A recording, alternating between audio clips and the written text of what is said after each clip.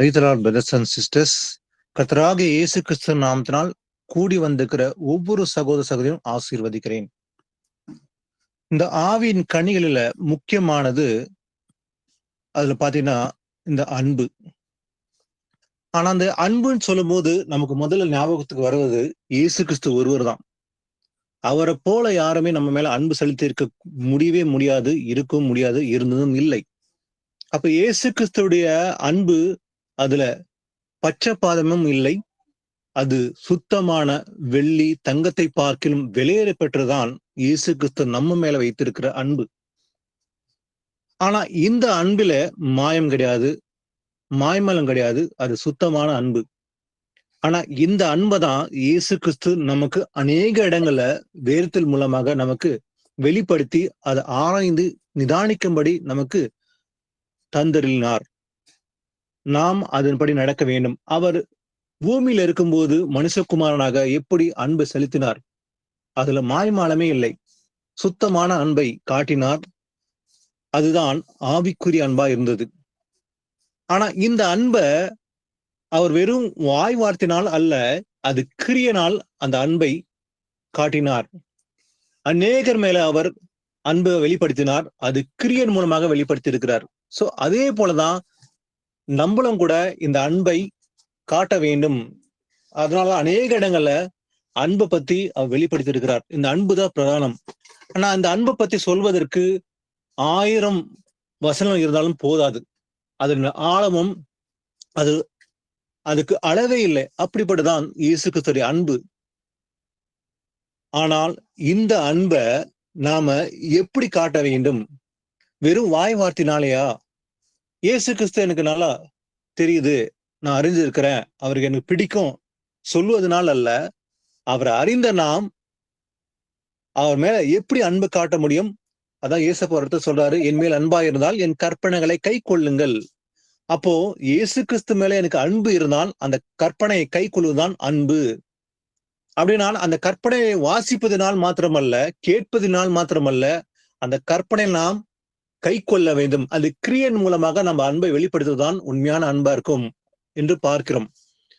அதனாலதான் வசனத்தினாலும் நாவினாலும் அல்ல, கிரியனாலும் உண்மையினாலும் அன்பு கூற கடவும் என்று வேத வாக்கியம் சொல்கிறது போலவே அந்த அன்பு இருக்க வேண்டும். ஆனா இந்த அன்புல மாய்மாலம் இருக்கக்கூடாது, ஃபேக் லவ் இருக்கக்கூடாது. வெறும் பெயருக்காக அன்புன்னு சொல்லிவிட்டு ஒரு மாய்மாலமான அன்பை காட்டக்கூடாது. ஆனா அந்த அன்பு எப்படி இருக்க வேண்டும் என்று இன்று கிரியன் மூலமாக வெளிப்படுத்த போகிற அந்த அன்பு எப்படிப்பட்டது அன்பா இருக்க வேண்டும், அந்த அன்பு எப்படி காட்ட வேண்டும், எது உண்மையான அன்பு? ஆவிக்குரிய அன்புதான் முக்கியமானது. ஆனா இந்த மாம்ச அன்பு ஒருபோதும் இருக்கக்கூடாது. ஆனா அநேகர் அன்புல ஒரு குழப்பம் இருக்குது. இந்த அன்பு எப்படி காட்ட வேண்டும்? சில பேர் அறியாமனால என்ன பண்றாங்க, அந்த ஆவிக்குரிய அன்பு செலுத்தாம மாம்ச அன்பு செலுத்துகிறார்கள். ஆனா உலக மக்கள் தேவனை அறியாமல் அவருடைய வசனத்தை அறியாதனால அந்த அன்பு செலுத்துவாங்க. அந்த மாம்ச அன்பு கண்டிப்பா உலக மக்களோடு இருக்கும். ஆனா இயேசு கிறிஸ்து அறிந்த நாம் அந்த அன்பு எப்படி இருக்க வேண்டும், எது உண்மையான அன்பு என்று அறிந்து கொள்வது நம்முடைய கடமை. அந்த அன்பை வெளிப்படுத்தும் போது அது ஆவிக்குரிய அன்பா மாத்திரமே இருக்குமே தவிர அதுல ஒருபோதும் மாம்ச அன்பு இருக்கக்கூடாது. வாசிக்கலாம் முதல் வசனத்தை, ரோமர் 12ஆம் அதிகாரம் 9-10 வசனத்தை. அன்பு மாயமற்றதா இருப்பதாக, தீமையை வெறுத்து நன்மையை பற்றி கொண்டிருங்கள். சகோதர சிநேகத்திலே ஒருவர் மேல் ஒருவர் பட்சமாயிருங்கள். கணம் பண்ணுகிறதிலே ஒருவருக்கொருவர் முந்திக் கொள்ளுங்கள். ஆமென். உங்கள் அன்பு மாயமற்றதாக இருப்பதாக. அப்போ நம்முடைய அன்பு எப்படி இருக்க வேண்டுமா? மாய்மாலம் இருக்கக்கூடாது. அதுல ஃபேக்கா இருக்கக்கூடாது, போலியா இருக்கக்கூடாது, அது உண்மையா இருக்க வேண்டும். அப்போ தீமை வெறுத்து நன்மையை பற்றி கொண்டிருங்கள். சகோதர சிநேகத்திலே ஒருவருக்கொருவர் பட்சமாயிருங்கள். இந்த சகோதர சிநேகம் என்பதுதான் ரொம்ப ரொம்ப முக்கியமானது. நாம கூடி வருகிற சபைக்குள்ள இது ரொம்ப ரொம்ப அவசியம். நம்ம வெவ்வேறு ஊர்கள் இருக்கக்கூடும், வெவ்வேறு மொழிகளை கூடலாம். ஆனா மொழிகள் வெவ்வேறு இருந்தாலும் ஆனா அன்பு ஒன்றுதான். அதுல எந்த மாற்றமும் இல்லை. ஒருவேளை பல மொழிகள் பேசினாலும் அன்பு ஒன்றுதான். இயேசு கிறிஸ்து ஒருவர் தான், ஒரே தேவன் தான், ஒரே விசுவாசம் என்று நாம் பார்க்கும்போது நம்முடைய அன்புல மாய்மாலம் இருக்கக்கூடாது. உள்ளத்திலே ஒரு வைத்துக்கொண்டு வெளிப்படையாக நம்ம அன்பை காட்டும் போது அதுல மாய்மாலம் இருக்கக்கூடாது. இயேசு கிறிஸ்து அன்பை காட்டும் போது எப்படி இருந்தது? அதுல ஒருபோதும் பட்சபாதமும் இல்லை, அதே போல மாய்மாலமும் இல்லை. அது மாயமற்றதாக இருந்தது. பரிபூர்ண அன்பை நம்ம மேல காட்டினார். அதுல பாத்தீங்கன்னாக்கா மனுஷனுக்குள்ள இந்த அன்பு செலுத்தும் போது ஒரு காரணம் இருக்கும். அப்பதான் அன்பு செலுத்துவான். கண்டிஷனல் லவ் இல்லையா? நான் அவனை நேசிக்கணும்னாக்கா என்ன நேசிக்கணும் முதல்ல. அப்ப நான் அவனுக்கு எதனா செய்ய வேண்டும் என்றால் எனக்கு எதனா செய்யணும். அப்பதான் நான் திரும்ப செய்வேன். இதுதான் கண்டிஷனல் லவ். உலக மக்கள் இந்த கண்டிஷனல் லவ் இருக்கும். ஒருவேளை அன்பு செலுத்தாவிட்டால் வெறுப்பார்கள். எனக்கு மேல அன்பு காட்ட நான் எனக்கு எதுக்காக அன்பு காட்டணும் அப்படின்ட்டு அந்த கண்டிஷனல் லவ் தான் ஃபாலோ பண்ணுவாங்க. ஆனா நமக்குள்ள அந்த கண்டிஷனல் லவ் இருக்காது. இயேசு கிறிஸ்து நம்ம மேல வைத்த அன்புல கண்டிஷனே கிடையாது. நாம் பாவிகளா இருக்கையில் நமக்காக இயேசு கிறிஸ்து தன் ஜீவனை கொடுத்தார், நமக்காக மரித்தார். அதுதான் அன்கண்டிஷனல் லவ். இயேசு கிறிஸ்து நமக்காக தன் ஜீவனை கொடுத்தார் இல்லையா? இந்த கல்வாரி சிலுவையில அவர் நம் ஒவ்வொருத்தருக்காகவும் தன் ஜீவனை கொடுத்தார், மரித்து உயிர்த்தெழுந்தார். அந்த அன்புதான் பரிசுத்தமான அன்பு. அதே அன்புதான் நாமும் காட்ட வேண்டும். அவர் மேல மாத்திரமல்ல, பிறரிடத்தில் அன்பு கூற வேண்டும் என்று இயேசப்பா கற்றுக் கொடுத்திருக்கிறார்.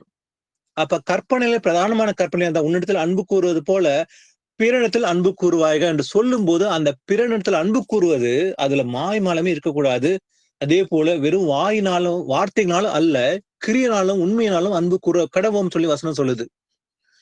ஆனா இந்த அன்பை பத்தி சொல்லும் போது 1 கொரிந்தியர் 13ஆம் அதிகாரத்துல அழகாக அநேக வசனம் வாசிக்க முடியும். அதுல ஒரு வசனத்தை மட்டும் வாசிக்கலாம். 1 கொரிந்தியர் 13ல 4ஆம் வசனத்தை மட்டும் வாசிக்கலாம். அன்பு நீடிய சாந்தமும் தயவும் உள்ளது. அன்புக்கு பொறாமை இல்லை. அன்பு தன்னை புகழாது, இருமாப்ப இராது. ஆமீன். ஆனா இந்த அன்புன்னு சொல்லும் போது இயேசு கிறிஸ்து நமக்கு முதல்ல ஞாபகம் வருது. ஏன்னா அவர் அன்பு, தேவன் அன்பாகவே இருக்கிறார். அவர் தான் அன்பு. அப்போ அந்த அன்பு எப்படிப்பட்டதா இருக்குமா? அந்த அன்பு இருக்கிற இடத்துல, அன்பு உள்ளத்துல இருந்தா அது நீடிய சாந்தமும் தயவும் உள்ளது. தயவுள்ள அன்பா இருக்கும். அந்த அன்பு எப்படிப்பட்டதா இருக்குமா? இதுதான் ஆவிக்குரிய அன்பு. அந்த அன்புல சாந்தம் இருக்கும், தயவு இருக்கும். ஆனா அன்புக்கு பொறாமே இருக்காது. அப்போ பொறாமை இருக்குதா அந்த அன்பு கிடையாது. அது மாய்மாலம் பண்ணுகிற அன்பா இருக்கும். வெளிப்படையாக சிரிப்பார்கள், பிரைசலால் சொல்லுவாங்க. ஆனா உள்ளத்திலோ கசப்பு இருக்கும், வெறுப்பு இருக்கும். அதை காட்ட மாட்டாங்க. அப்போ ஒருவரை பார்த்து பொறாமை இருக்குதா, அந்த பொறாமை வெளிப்படையா காட்ட மாட்டாங்க. ஆனா உள்ளத்துல இருக்கும். என்னை விட இவர் பெரிய ஆளாட்டாரு, என்னை விட அதிகம் படிச்சிருக்கிறாரே அப்படின்ற விஷயம் உள்ளத்துல இருக்குமானால் அது பொறாமைனால் வருகிற விஷயம். அப்ப அந்த பொறாமைய வெளிப்படையா காட்ட மாட்டாங்க. உள்ளத்துல இருக்கும், அதை வெளிப்படையா காட்ட மாட்டாங்க. ஆனா அன்பை செலுத்துவாங்க, செலுத்துவேன்னு சொல்லுவாங்க. ஆனா அன்புல எப்படிப்பட்டதா இருக்குமா? அதுல பொறாமை இருக்காது. அன்பு தன்னை புகழாது இல்லையா? தன்னை உயர்த்தாது. எப்பவுமே அன்பு தன்னை உயர்த்தாது. இயேசு கிறிஸ்து பாருங்க, அவர் பூமியில இருக்கும்போது அவர் மனுஷகுமாரன் நன்மை செய்கிறாரால் சுற்றி திருந்தும் போது ஜனங்கள் மத்தியிலே அவர் தன்னை தாழ்த்தினார். அவர் சொல்றாரு, நான் ஊழியம் கொள்ளும்படி வரல, ஊழியம் செய்ய வந்தேன்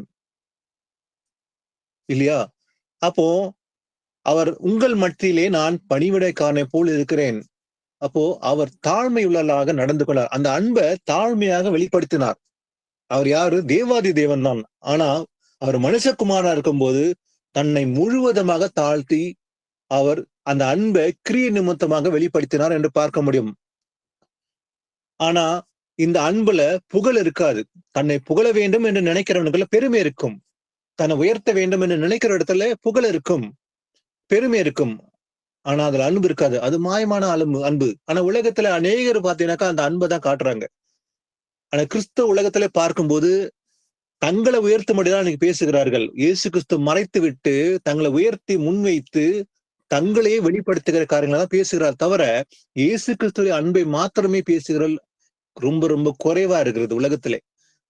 ஏன்னா அவங்க தங்களை உயர்த்தி தங்களை புகழ வேண்டும் நினைக்கிறார்கள். தான் செய்த கிரைகளை வெளிப்படுத்த வேண்டும் என்று ஹைலைட் ஆகலன்னு சொல்லி என்ன பண்றாங்க.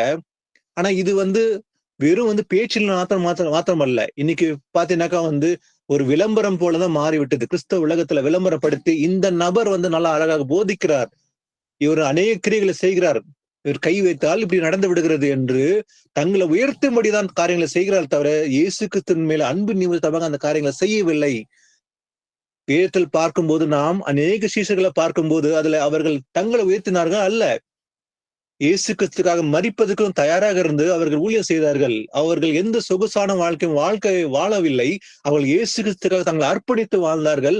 அதுல புகழ்ச்சியை விரும்பவில்லை, தங்களை தாழ்த்தினார்கள். அதுல பிரதானமா பார்க்கும்போது, அதிகமா பார்க்கும்போது, அநேக இடத்துல சாட்சிகளை பார்க்கும்போது, அப்போஸ்தலனாகிய பவுலை பார்க்கும்போது அவர் அநேக இடங்கள்ல அவர் தன்னை தாழ்த்தி அவர் என்ன பண்றாரு, இயேசு கிறிஸ்துக்காக சகலத்தையும் சகித்து பாடுகளை அனுபவிச்சு அதுல மேன்மை பாட்டுன்னு சொல்லி பவுல் சாட்சி கொடுக்கிறார். அப்போ அன்பு தன்னை புகழாது, அது இருமாப்பா இராது. அப்போ இந்த அன்பை பத்தி பேசும்போது 1 Corinthians 13 அநேக காரியங்களை பார்க்க முடியும். அன்பை பத்தி, அதனுடைய ஆழத்தையும் அதன் அருமையை பத்தி பார்க்க முடியும். அப்போ அன்பு இருந்தா அந்த இடத்துல தாழ்மை இருக்கும், பெருமை இருக்காது, அது அயோக்கியமானது செய்யாது என்பதை பார்க்கிறோம். அது தயவுள்ளது, சாந்தம் உள்ளது.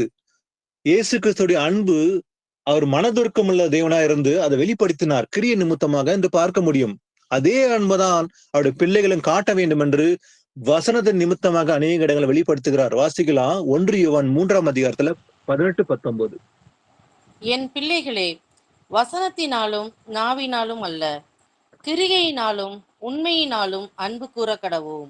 இதனாலே நாம் நம்மை சத்தியத்திற்குரியவர்கள் என்று அறிந்து நம்முடைய இருதயத்தை அவருக்கு முன்பாக நிச்சயப்படுத்திக் கொள்ளலாம். ஆமென். என் பிள்ளைகளே, வசனத்தினாலும் நாவினாலும் அல்ல. ஆனா எப்படி அன்பு செலுத்த வேண்டுமா? கிரியையினாலும் உண்மையினாலும் அன்பு கூற கடவோம். அப்ப நம்முடைய அன்பு அதுல மாய்மாலா இருக்க கூடாது, அது உண்மையா இருக்க வேண்டும், பேக்கா இருக்கக்கூடாது.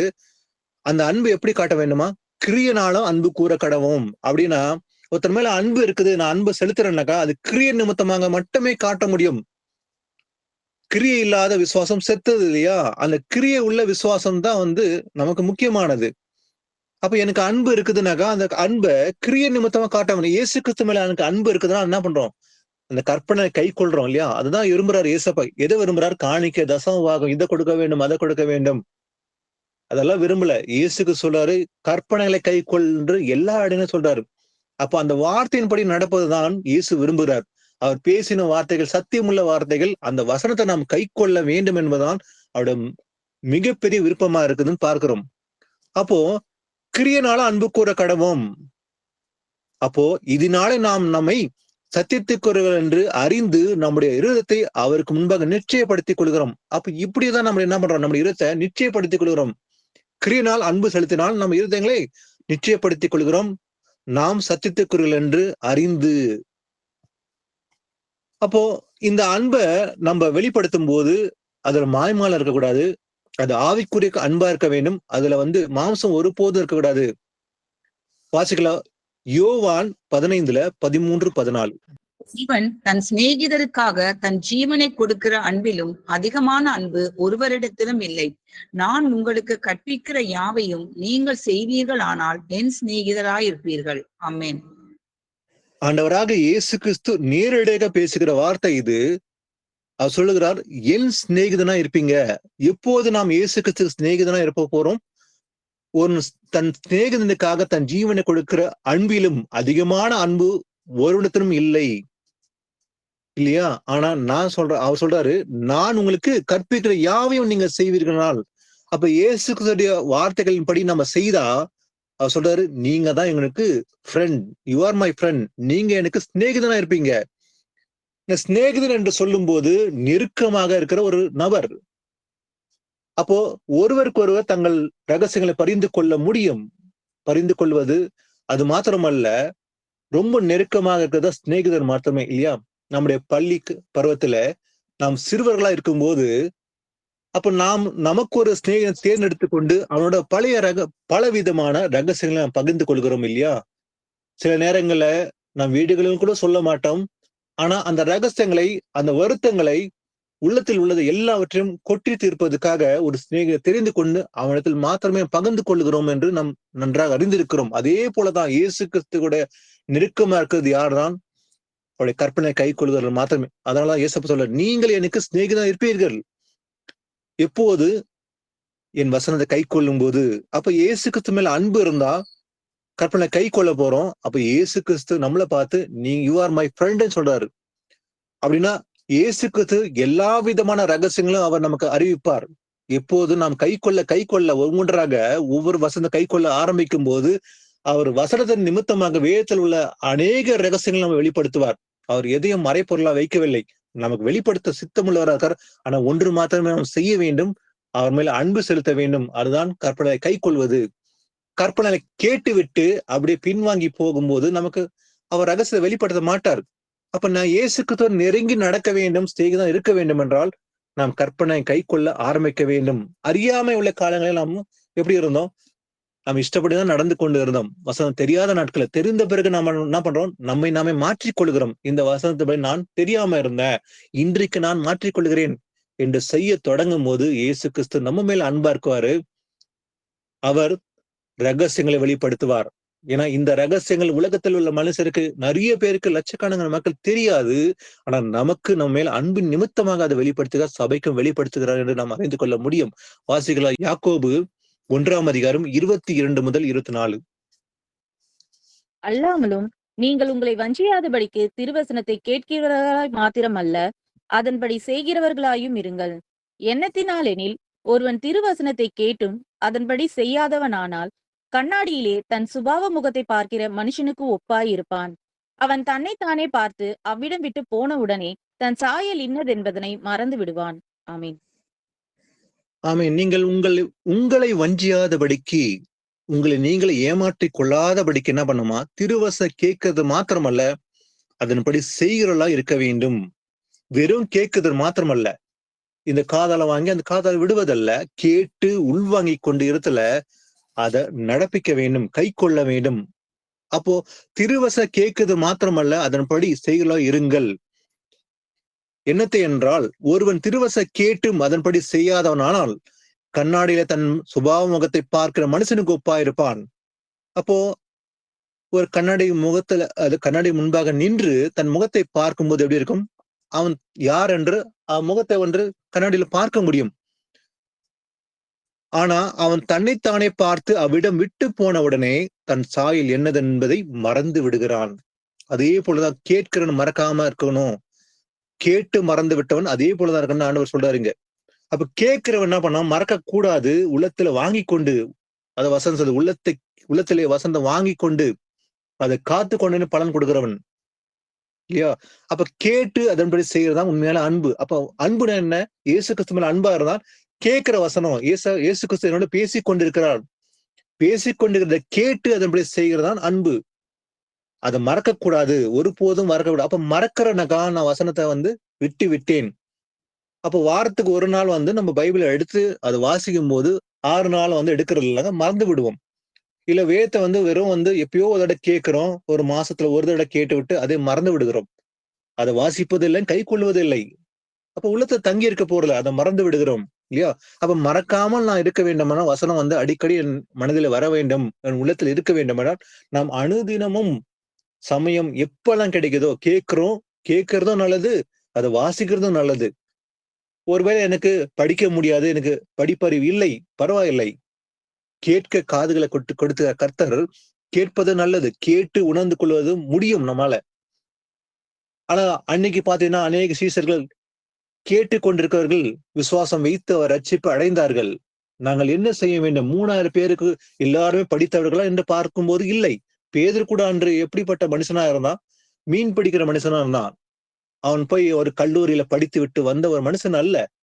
ஆனா பரிசுத்த ஆவியானவர் அவன் உள்ளத்துல வந்தவுடனே அவன் இயேசு கிறிஸ்துக்கு சாட்சியாக அநேக இடங்கள் நிருபங்களையும் எழுதியிருக்கிறான். இயேசு கிறிஸ்துக்காக சாட்சியாக வாழ்ந்து தன் ஜீவனை அர்ப்பணித்தான் என்று பார்க்க முடியும். அப்ப படிப்பு முக்கியம் இல்லை. படிப்பு இல்லாவிட்டாலும் தேவன் ஆவியானவர் நமக்குள்ள துணை செய்வார். கேட்பது மாத்திரமே அவசியம். கேட்டு அதை வாங்கி கொண்டு அதை கை கொள்வதுதான் அவசியமா இருக்குதுன்னு பார்க்கிறோம். அப்போ இங்க பார்க்கிறோம், வசனம் பார்க்கும்போது நீங்கள் உங்கள் வஞ்சியாதபடிக்கு திருவச கேட்கறது மாத்திரமல்ல, அதன்படி செய்ய இருக்க வேண்டும். அடுத்தது முக்கியமான விஷயத்தை பார்க்கும்போது, ஒரு மனுஷன் கேட்கிறான் ஒரு கேள்விய இயேசு கிறிஸ்துவோட. வாசிக்கலாம், மத்தேயு 22 அதிகாரம் 36 முதல் 39. போதகரே, நியாயப்பிரமாணத்திலே எந்த கற்பனை பிரதானமானது என்று கேட்டான். இயேசு அவனை நோக்கி, உன் தேவனாகிய கர்த்தரிடத்தில் உன் முழு இருதயத்தோடும் உன் முழு ஆத்மாவோடும் உன் முழு மனதோடும் அன்பு கூர்வாயாக. இது முதலாம் பிரதான கற்பனை. இதற்கு ஒப்பாயிருக்கிற இரண்டாம் கற்பனை என்னவென்றால், உன்னிடத்தில் நீ அன்பு கூறுவது போல பிறனிடத்திலும் அன்பு கூறுவாயாக என்பதே. ஆமென். அப்ப அந்த மனுஷன் கேக்குறான் ஏசப்பா கிட்ட, அதாவது எந்த கற்பனை பிரதானமானது, நியாயப்பிரமாணத்தில் எந்த கற்பனை பிரதானமான கற்பனை என்று கேட்கும்போது ஆண்டவராக இயேசு கிறிஸ்து கூறும்போது, உன் தேவனாகிய கர்த்தரிடத்தில் முழு இதயத்தோடும் முழு ஆத்மாவோடும் முழு மனதோடும் அன்பு கூறுவாயாக, இதுதான் பிரதானமான கற்பனை என்று இயேசு கிறிஸ்து வெளிப்படுத்தும் போது சொல்றாரு. இன்னொரு விஷயத்த சொல்றாரு பாருங்க, இது முதலாம் பிரதான கற்பனை, ஆனா இதற்கு ஒப்பா இருக்கிற இரண்டாம் கற்பனை என்றால் இதுக்கு ஈக்குவலா இருக்கிற சமமா இருக்கிற ரெண்டாவது கற்பனை என்று சொல்ல, ஒரே கற்பனை ரெண்டா ஈக்குவலான ஒரு விஷயத்த சொல்றாரு பாருங்க. ஒப்பா இருக்கிற கற்பனை இரண்டாம் கற்பனை, உன்னிடத்தில் நீ அன்பு கூறுவது போலவே பிறனிடத்தில் அன்பு கூறுவாக. Love your neighbour. அப்போ நமக்கு பிறன் எதிரி கிடையாது, ஆனா பிறன் மேல அன்பு செலுத்த வேண்டாம் இயேசுவை கற்றுக் கொடுக்கிறார். ஆனா அந்த அன்பு எப்படிப்பட்ட இருக்க? மாம்ச அன்பா இருக்கக்கூடாது. அப்ப பிறனுக்கு நம்ம அன்பு செலுத்த வேண்டும். எப்படிப்பட்ட அன்பு? மாம்ச அன்பு அல்ல, ஆவிக்குரிய அன்பு செலுத்த வேண்டும். அப்ப பிறன் ரட்சிப்பு அடையாமல் வசனம் அறியாமல் கெட்டு போகிற பாதையில் நடக்கும் போது நம்முடைய கடமை என்ன? இந்த வசனத்தை வெளிப்படுத்தி இயேசு கிறிஸ்து அன்பை அவருக்கு கூறி அவரை திருத்துவது நம்முடைய கடமை. வசன நிமித்தமாக சுவிசேஷம் அறிவித்து அவர் மேல் அன்பு செலுத்த வேண்டும். அதனால என்ன, நான் அவர் மேல் அன்பு செலுத்தினேன் என்று சொல்லி நாம் சிக்கிக்கொள்ளக்கூடாது மாம்ச அன்பை காட்டி. சில நேரங்களில் சில பேர் அறியாமனால மாம்ச அன்பை காட்டி அவர்கள் பின்னேவே போக ஆரம்பிக்கிறாங்க. ஆனா அப்படிப்பட்ட அன்பு இல்ல, ஆவிக்குரிய அன்பு செலுத்த வேண்டும். அவர் கெட்டு போகிறார், அவர் பாதை தவறாக இருக்கிறது. ஒருவேளை அவர் குடிக்கிறவரோ இல்ல மற்ற பாவங்கள் செய்கிறாரோ இருந்தால் இயேசு கிறிஸ்துவின் வசனத்தை அவருக்கு வெளிப்படுத்தி சீர்திருத்தம் செய்வது வசன நிமித்தமாக தான், நாம் அல்ல. அதுதான் நம்ம காட்ட போற அன்பா இருக்க போகுது. அதுதான் ஆவிக்குரிய அன்பு. அவர் கெட்டு போகிறாரு என்று நம்ம பாரத்தோடு அவருக்கு அந்த வசனத்தை வெளிப்படுத்துறோம் இல்லையா, இந்த அன்பை தான் செலுத்த வேண்டும். அப்போ பிறனிடத்தில் அன்பு கூறுவது ரொம்ப முக்கியமான. இந்த பிறன் அன்பு சொல்லும் போது பழைய ஏற்பாட்டுல அநேக இடங்களை எகிப்தில இந்த மக்கள் எபிரேய மக்கள் அங்கு சென்று இருக்கும் போது கூட அந்த இடத்துல அவங்க மேல அன்பு செலுத்த வேண்டும் சொல்லி அநேக இடங்களை சொல்லி கொடுத்திருக்கிறார் ஆண்டவர் கூட. அவங்களை ஒதுக்கக்கூடாது, அவங்களை சேர்த்துக் கொள்ள வேண்டும், அன்பு செலுத்த வேண்டும் என்று. இந்த அன்பு பத்தி நீ அநேக வசங்களை வாசிக்க முடியும். ஆனா இந்த அன்புல கண்டிஷன் இருக்கக்கூடாது. அன்கண்டிஷன் லவ் தான் ரொம்ப முக்கியமானது. ஆவிக்குரிய அன்புல கண்டிஷன் இருக்க போறதில்ல, அன்கண்டிஷனல் இல்லையா? வாசிக்கலாம் அதுக்கான ஒரு வசனத்தை. லூக்கா 6ஆம் அதிகாரம் 32 முதல் 35. உங்களை சிநேகிக்கிறவர்களையே நீங்கள் சிநேகித்தால் உங்களுக்கு பலன் என்ன? பாவிகளும் தங்களை சிநேகிக்கிறவர்களை சிநேகிக்கிறார்களே. உங்களுக்கு நன்மை செய்கிறவர்களுக்கே நீங்கள் நன்மை செய்தால் உங்களுக்கு பலன் என்ன? பாவிகளும் அப்படி செய்கிறார்களே. திரும்ப கொடுப்பார்கள் என்று நம்பி நீங்கள் கடன் கொடுத்தால் உங்களுக்கு பலன் என்ன? திரும்ப தங்களுக்கு கொடுக்கும்படியாக பாவிகளும் பாவிகளுக்கு கடன் கொடுக்கிறார்களே. உங்கள் சத்துருக்களை சிநேகியுங்கள், நன்மை செய்யுங்கள், கைமாறு கருதாமல் கடன் கொடுங்கள், அப்பொழுது உங்கள் பலன் மிகுதியாயிருக்கும். உன்னதமானவருக்கு நீங்கள் பிள்ளைகளாய் இருப்பீர்கள். அவர் நன்றி அறியாதவர்களுக்கும் துரோகிகளுக்கும் நன்மை செய்கிறாரே. ஆமென். அவன் பாருங்க, ரொம்ப அழகா சொல்லியிருக்காரு ஆண்டவர். உங்களை சிநேகிக்கிறவர்களையே நீங்க சிநேகித்தால் உங்களுக்கு பலன் என்ன? உங்க மேல அன்பு செலுத்துற மேலேயே நீங்க அன்பு செலுத்தி கொண்டிருந்தால் பதிலுக்கு பதில் அன்பு செலுத்துவது, அதனால பலன் இல்லை. ஏன்னா பாவிகளும் தங்களை சிநேகிக்கிறவர்களே சிநேகிக்கிற, இது பாவி கூட செய்யறா இல்லையா?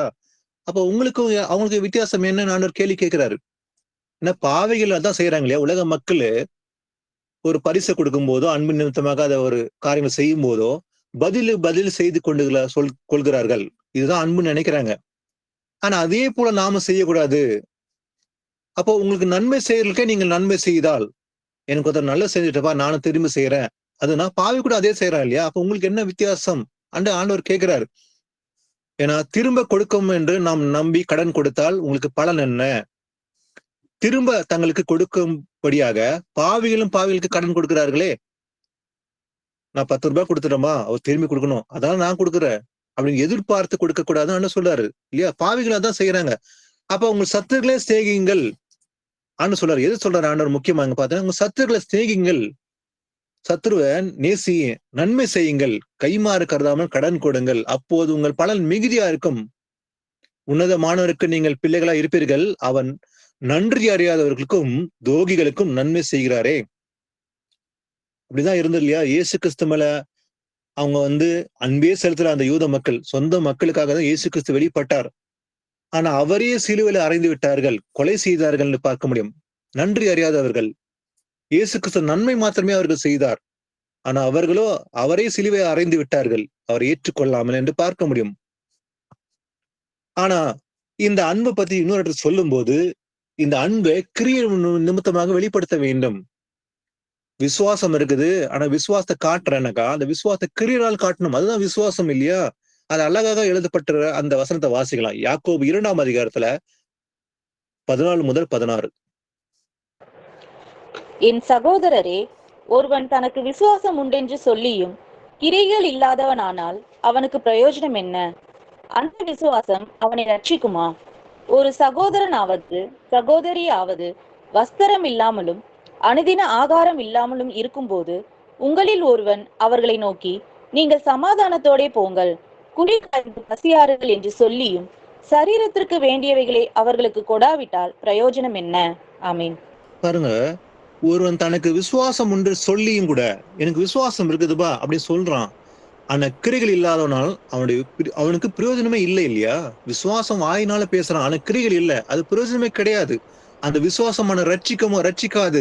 ஏன்னா ஒரு சகோதரனாவது சகோதரியாவது வஸ்திரம் இல்லாமலும் அனுதினம் ஆகாரம் இருக்கும்போது, அப்ப அவன் சொல்றான் விசுவாசம் இருக்குதுப்பா, இயேசு கிறிஸ்து விசுவாசம் இருக்கு சொல்லுகிறான். அவனுக்கு நல்ல பலன் உண்டு, ஆனா ஒரு சகோதரன் பலன் இல்ல, குறைச்சல் இருக்குது, ஆகாரமும் இல்ல வஸ்திரமும் இல்ல இல்லையா? அடிப்படையே ஆகாரம் வஸ்திரம். அப்ப இல்லாத ஒரு மனுஷனுக்கு என்ன பண்ணாமா? அது கிரியை தான் அந்த வெளிப்படுத்துவது எப்படி அன்பு? அப்ப அந்த குறைச்சலை தீர்க்க வேண்டும். ஆகாரம் எல்லாம் ஆகாரம் கொடுக்கணும், வஸ்திரம் எல்லாம் ஆகாரம், தனக்குள்ள ஆகாரத்தை கொடுக்கணும், அதே போல வஸ்திரம் எல்லாம் வஸ்திரம் கொடுக்கணும், அதுதான் கிரியை. ஆனா உங்களில் ஒருவன் அவர்களை நோக்கி, நீங்கள் சமாதானத்தோடு போங்கள், குளிர் காய்ந்து பசியாருங்கள் என்று சொல்லியும் சரீரத்துக்கு வேண்டியவர்களை அவருக்கு கொடுக்காவிட்டால் பிரயோஜனம் என்ன? கிரியை இல்லாத விசுவாசம் செத்ததுன்னு சொல்றார் ஆண்டவர். அப்போ விசுவாசம் இருக்குதுன்னா அது கிரிய நிமித்தமாக வெளிப்படுத்த வேண்டும். அப்ப அன்பு இருக்குது, அந்த அன்பை கிரிய நிமித்தமாக காட்ட வேண்டும். அப்போ இது மாம்ச அன்பே கிடையாது இல்லையா? ஒருத்தன் குறைச்சல் இருக்குது, நல்லாவே தெரியும், சாப்பாடு இல்லை, வஸ்திரம் இல்லை, பசியில இருக்கிறாரு, வாடுறாரு, அவனுக்கு வஸ்திரமே இல்லைன்னு பார்க்கும்போது நம்ம என்ன பண்ணோமா? நம்மளால முடியும் என்று தெரிந்து இருக்கும்போது நாம அதை செய்துதான் ஆக வேண்டும். அதுதான் கிரியை உள்ள விசுவாசம். அப்ப அந்த அன்பு தான் உண்மையான அன்பா இருக்கும் போது, இல்லப்பா நீ போ அப்படின்னு சொல்லி போயிட்டு வா அப்படின்னு சொல்லிடுறது அது அன்பா? கண்டிப்பா கிடையாது. அதுக்கு நல்ல இன்னொரு விஷயத்த பார்க்கலாம். மத்தேயு 23ஆம் அதிகாரத்துல 1 முதல் 7. பின்பு இயேசு ஜனங்களையும் தம்முடைய சீஷர்களையும் நோக்கி, வேத பாரகரும் பரிசேயரும் மோசேயினுடைய ஆசனத்தில் உட்கார்ந்திருக்கிறார்கள். ஆகையால் நீங்கள் கைக்கொள்ளும்படி அவர்கள் உங்களுக்கு சொல்லுகிற யாவையும் கைக்கொண்டு செய்யுங்கள். அவர்கள் செய்கையின்படியோ செய்யாதிருங்கள். ஏனெனில் அவர்கள் சொல்லுகிறார்கள், சொல்லியும் செய்யாதிருக்கிறார்கள். சுமப்பதற்கரிய பாரமான சுமைகளை கட்டி மனுஷர் தோள்களின் மேல் சுமத்துகிறார்கள். தாங்களோ ஒரு விரலினாலும் அவைகளை தொடமாட்டார்கள். தங்கள் கிரிகைகளை எல்லாம் மனுஷர் காண வேண்டும் என்று செய்கிறார்கள். தங்கள் காப்பு நாடாக்களை அகலமாக்கி, தங்கள் வஸ்திரங்களின் தொங்கல்களை பெரிதாக்கி, விருந்துகளில் முதன்மையான இடங்களையும் ஜெப ஆலயங்களில் முதன்மையான ஆசனங்களையும் சந்தை வெளிகளில் வந்தனங்களையும் மனுஷரால் ரபி ரபி என்று அழைக்கப்படுவதையும் விரும்புகிறார்கள். ஆமென். ஆமென். இயேசு கிறிஸ்து அந்த ஜனங்களையும் சீசர்களை பார்த்து பேசும்போது, அவர் முக்கியமா நிறைய விஷயங்களை பேசும்போது கவனிக்கும் போது, இந்த வேத பாரகரும் பரிசேயரும் மோசேயுடைய ஆசனத்தில் உட்கார்ந்து இருக்காங்க என்று சொல்லிவிட்டு, அவங்க எப்படிப்பட்டவர்கள்? ஆகையால் நீங்கள் கை கொள்ளும்படி அவர்களுக்கு சொல்லுகிற யாவையும் கை கொண்டு செய்யுங்கள். அப்ப அந்த மோசேயுடைய ஆசனத்தில் உட்கார்ந்து வசனம் வாசிக்கிறாங்க, பிரமாணங்களை வாசிக்கிறாங்க, பரவாயில்ல, அதை நீங்க கை கொள்ளுங்கப்பா. ஆனா அவர்கள் செய்கையின்படி நீங்க செய்யாதிருங்கள், அவங்களுடைய கிரியையின்படி நீங்க செய்யாதீங்க. ஆனா அவங்க சொல்றாங்க, ஆனா செய்யறது இல்லை அவங்க. அதனால அந்த கிரியையின்படி நீங்க செய்யாம ஏன்னா அவர்கள் சொல்லுகிறார்கள், சொல்லியும் செய்யாதிருக்கிறார்கள். அவங்க எப்படிப்பட்டவர்களா இருக்கிறாங்களா? மோசேயின் ஆசனத்தில் உட்கார்ந்து இருக்காங்க. யாரு? இந்த வேத பாரகர், பரிசேயர்கள். ஆனா இவர்கள் இந்த பரிசேயரும் சரி, இந்த சதிசேயரும் சரி, இயேசு கிறிஸ்து எதிர்த்து நிற்கிற ஒரு கூட்டமா இருந்தார்கள் அன்று. இங்க எப்போதும் இயேசு கிறிஸ்து கிட்ட எதிர்த்து நிற்கிற ஒரு மக்களாக இருந்தார்கள் பார்க்க முடியும். ஆனா இவர்கள் அழகா பேசுவார்கள். இதை கை கொள்ளு, அதை கை கொள்ளு, இதை செய், வசனத்தை வாஸ்து. ஆனா இவங்க செய்ய மாட்டாங்க. ஆனா கை கொள்ளும்படி எல்லாருக்கும் சொல்லுவாங்க. அது அன்று மாத்திரமே, இன்று அவ்வளவுதான். இன்னைக்கு கை கொள்ளுன்னு சொல்லுகிறவன் தான் கை கொண்டு விட்டு பிறகுதான் சொல்ல வேண்டும். அது மாத்திரமல்ல, நான் 100 வசனங்கள்ல ஒரு 90 வசனம் கை கொள்றேன்பா, இன்னொரு 10 வசனத்தை என்னால முடியல. ஆனா இது எனக்கு இல்லப்பா, வேற யாருக்கோ. அதான் நான் இத செய்ய வேண்டிய அவசியம் இல்லை. அந்த 90 விஷயங்களை நான் கை கொள்றேன், பரவாயில்ல, நான் பர்ஃபெக்ட். இன்னொரு 10 விஷயங்களை நான் கை கொள்ள முடியல, இது இவங்களுக்கு சொல்லலாம் அப்படின்னு அழகாக போதிக்கலாம். ஆனா நான் அதை கை கொள்ளாம அந்த விஷயத்த சொல்லும் போது, அப்போ நாமளும் கூட வேத பார்வை போலதான் இருக்கிறோம், பரிசேயர் போலதான் இருக்கிறோம் இல்லையா? அப்போ கை உபதேசம் பண்ணுகிறவன் தான் கை கொள்ள வேண்டும். எங்கேயோ ஒரு விஷயத்துல எனக்கு காம்ப்ரமைஸ் பண்ணிட்டு இதை போதிக்கிறேன்னு சொல்லி அழகா போதிக்கலாம், அது பிரயோஜனம் இருக்காது. அப்போ அவர்கள் செய்கின்படி நீங்க செய்யாதீங்க. ஏன்னா அவர்கள் சொல்லுகிறார்கள், சொல்லியும் செய்யாதிருக்கிறார்கள். ஆனா அவங்க எப்படிப்பட்டவங்கன்னா, சுமப்பதற்குரிய பாரமான சுமைகளை கட்டி மனுஷர் தோள் மேல் சுமக்கிறார்கள். ஆனா தாங்களோ ஒரு விரலினாலும் அவைகளை தொடமாட்டார்கள். ரொம்ப டிப்டாப்பா அழகா உட்காந்து நல்லா அழகா பிரசங்கம் பண்ணுகிறவர்களா இருந்தார்கள். அன்று போலதான் இன்றும் இருக்கிறார்கள். இந்த உலகத்துல இருக்கிற பிரசங்க மேடைகள்ல இருந்து பிரசங்கம் பண்ணுகிறவர்கள் அழகாக கோட்டு சூட்டு போட்டுக்கொண்டு பிரசங்கம் பண்ணலாம்.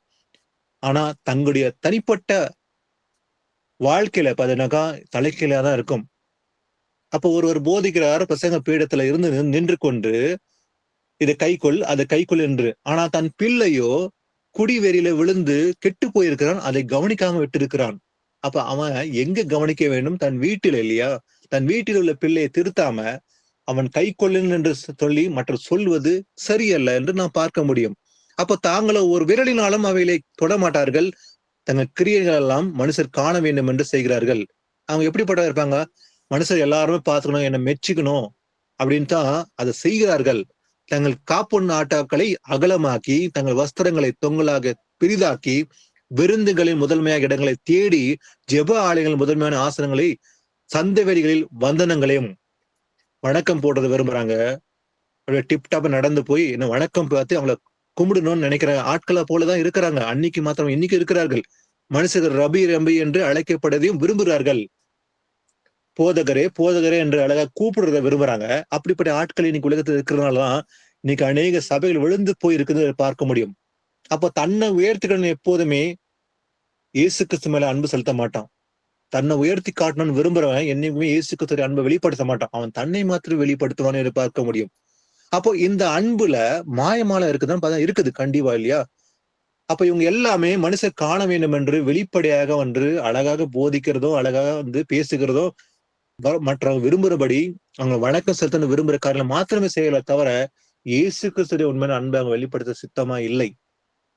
அப்போ தன்னை வெளிப்படுத்தி இயேசு கிறிஸ்து மறைக்கிற கூட்டம் மறைத்து கொண்டு போதிக்கிற கூட்டம் தான் இன்னைக்கு உலகத்துல இருக்கிற தவிர தன்னை தாழ்த்தி கொண்டு இயேசு கிறிஸ்து வெளிப்படுத்துற கூட்டம் ரொம்ப ரொம்ப கம்மி தான் என்று பார்க்க முடியும். வாசிக்கலாம் மத்தேயு 21:28 முதல் 32. ஆயினும் உங்களுக்கு எப்படி தோன்றுகிறது? ஒரு மனுஷருக்கு 2 குமாரர் இருந்தார்கள். மூத்தவனிடத்தில் அவன் வந்து, மகனே, நீ போய் இன்றைக்கு என் திராட்சை தோட்டத்தில் வேலை செய் என்றான்.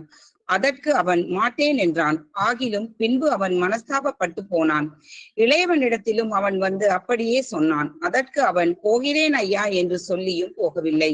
இவ்விருவரில் எவன் தகப்பனுடைய சித்தத்தின்படி செய்தவன் என்று கேட்டார். அதற்கு அவர்கள், மூத்தவன் தான் என்றார்கள். அப்பொழுது இயேசு அவர்களை நோக்கி, ஆயக்காரரும் வேசிகளும் உங்களுக்கு முன்னே தேவனுடைய ராஜ்யத்தில் பிரவேசிக்கிறார்கள் என்று மெய்யாகவே உங்களுக்கு சொல்லுகிறேன். ஏனென்றால் யோவான் நீதிமார்க்கமாய் உங்களிடத்தில் வந்திருந்தும் நீங்கள் அவனை விசுவாசிக்கவில்லை. ஆயக்காரரும் வேசிகளுமோ அவனை விசுவாசித்தார்கள். அதை நீங்கள் கண்டும் அவனை விசுவாசிக்கும்படியாக பின்பாகிலும் மனஸ்தாபப்படவில்லை என்றார். ஆமென். ஆண்டவர் இங்க ஓமையை சொல்றாரு பாருங்க. உங்களுக்கு எப்படி தோன்றுகிறது? ஒரு மனுஷனுக்கு 2 குமாரர் இருக்காரு, 2 பிள்ளைகள் இருக்காங்க. அதுல மூத்தவனிடத்துல போயிட்டு அந்த தகப்பன், மகனே நீ போய் என்ன பண்ணு, இன்றைக்கு என் திராட்சை தோட்டத்தில் வேலை செய்யன்னு சொல்லி பெரிய பிள்ளைகிட்ட சொல்லும் போது அவன் என்ன சொல்றான் பாருங்க, மாட்டேன்னு சொல்லிடுறான், நான் போக மாட்டேன்னு சொல்றான். சொல்லிட்டு ஆகிலும் பின்பு அவன் மனஸ்தாபப்பட்டு போனான். அப்ப அவன் முதல்ல என்ன சொல்றான், நான் போக மாட்டேன் அப்பான்னு சொல்லிட்டு திரும்ப மனஸ்தாபப்படுறான். அப்பா தானே சொன்னார் இல்லையா அப்படின்ட்டு உணர்ந்து திரும்பி போயிடுறான். போக மாட்டான் சொன்னான், ஆனா மனஸ்தாபப்பட்டு திரும்பி போனான்னு சொல்லி இருக்குது. ஆனா சின்ன பையன்கிட்ட போயிட்டு சின்ன மகன் கிட்ட போய் சொல்லும் போது அவன் என்ன பண்றான், அவன் வந்து அப்படியே சொன்னான். அதற்கு அவன், போகிறேன் ஐயா, சரிப்பா நான் போகிறேன் அப்படின்னு சின்னவன் சொல்றான் முதல்ல. அவன் சொல்லிட்டு என்ன பண்றான், போகவே மாட்டான், போகவே இல்லை. அப்போ இவ்விருவரில் எவன் தகப்பன் நிசித்தன்படி செய்தவன் என்று ஏசப்பா கேட்கும்போது மூத்தவன் தான் என்றார்கள் இல்லையா. அப்போ உண்மையாகவே தகப்பன் மேல அன்பு இருந்தவன் யாரு, மூத்தவன் தான் இல்லையா. அவன் போக மாட்டான் சொன்னான், ஆனா போனான். ஆனா இவன் போறேன்னு சொன்னான், ஆனா போகாம நின்னுட்டான். அப்போ அதே போலதான் இன்னைக்கு பாருங்க. அப்போ ஏசப்பா சொல்றாரு பாருங்க, அதுக்கு சொல்றாரு, ஆயக்காரரும் வேசிகளும் உங்களுக்கு முன்னே தேவனுடைய ராஜ்யத்தில் பிரவேசிக்கிறார்கள் என்று மெய்யாக உங்களுக்கு சொல்லுகிறேன். ஏன்னா யோவான் நீதி மார்க்கமாய் உன்னிடத்தில் வந்திருந்தும் கூட நீங்கள் அவனை விசுவாசிக்கவில்லை. அந்த மக்கள் அப்படிதான் செஞ்சாங்க இல்லையா. யோவான் சாண்டகர் நீதி மார்க்கமாய் வந்த போதிலும் கூட அவன் மேல அவங்க விசுவாசம், அவன் பேசின வார்த்தையில விசுவாசம் வைத்து செவி கொடுக்கவில்லை. ஆனா ஆயக்காரம் வேசிகளுமே அவனை விசுவாசித்தார்கள்.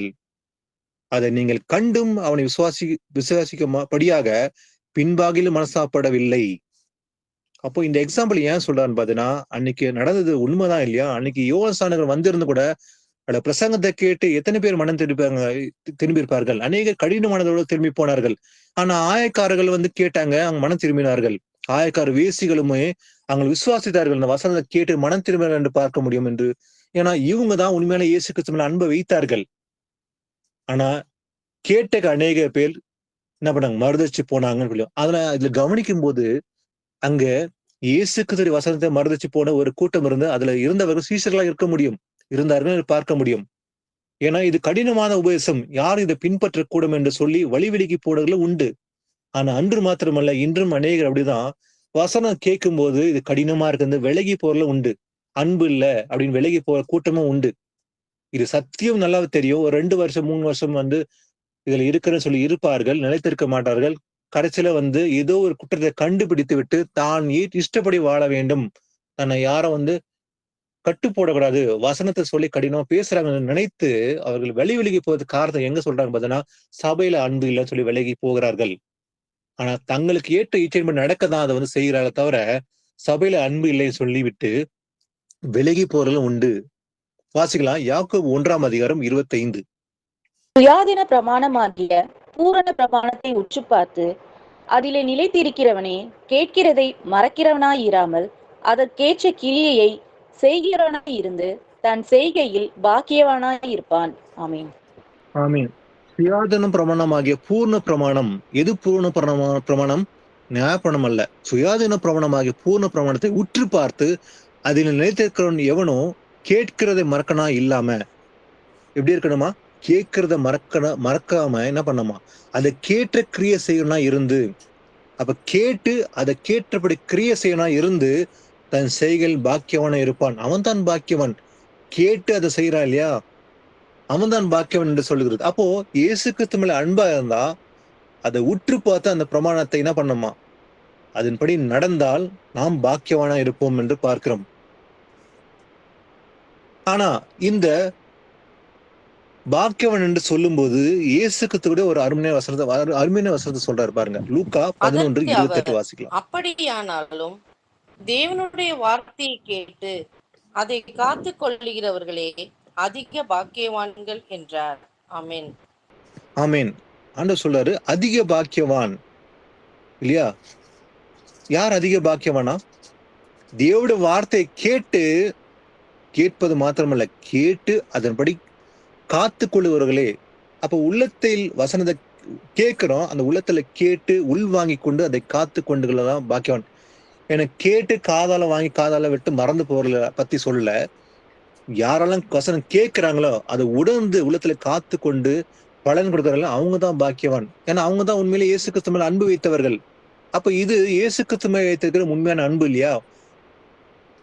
கற்பனை கை கொள்ளும் இயேசப்பா சொல்றாரு இல்லையா, என் மேல அன்பா இருந்தா கற்பனை கை கொள் அப்படின்னு கேட்டு அதை உள்வாங்கி கொண்டு காத்து கொண்டு பலன் கொடுக்கறனா 100 மடங்கு பலன் கொடுக்கிறார்கள். இந்த 4 விதமான இதுல 30, 60, 100 பலன் கொடுக்கல யாரு? கேட்டு காத்து கொடுக்கிறார்கள் என்று இயேசப்பா சொல்றாரு இல்லையா? இவங்க பலன் கொடுக்கிறார்கள். வாசிக்கலாம் 1 யோவான் 3, 11, 12. நாம் ஒருவரில் ஒருவர் அன்பு கூற வேண்டும் என்பதே நீங்கள் ஆதி முதல் கேள்விப்பட்ட விசேஷமாய் இருக்கிறது. பொல்லாங்கனால் உண்டாயிருந்து தன் சகோதரனை கொலை செய்த காயினை போல் இருக்க வேண்டாம். அவன் எது நிமித்தம் அவனை கொலை செய்தான்?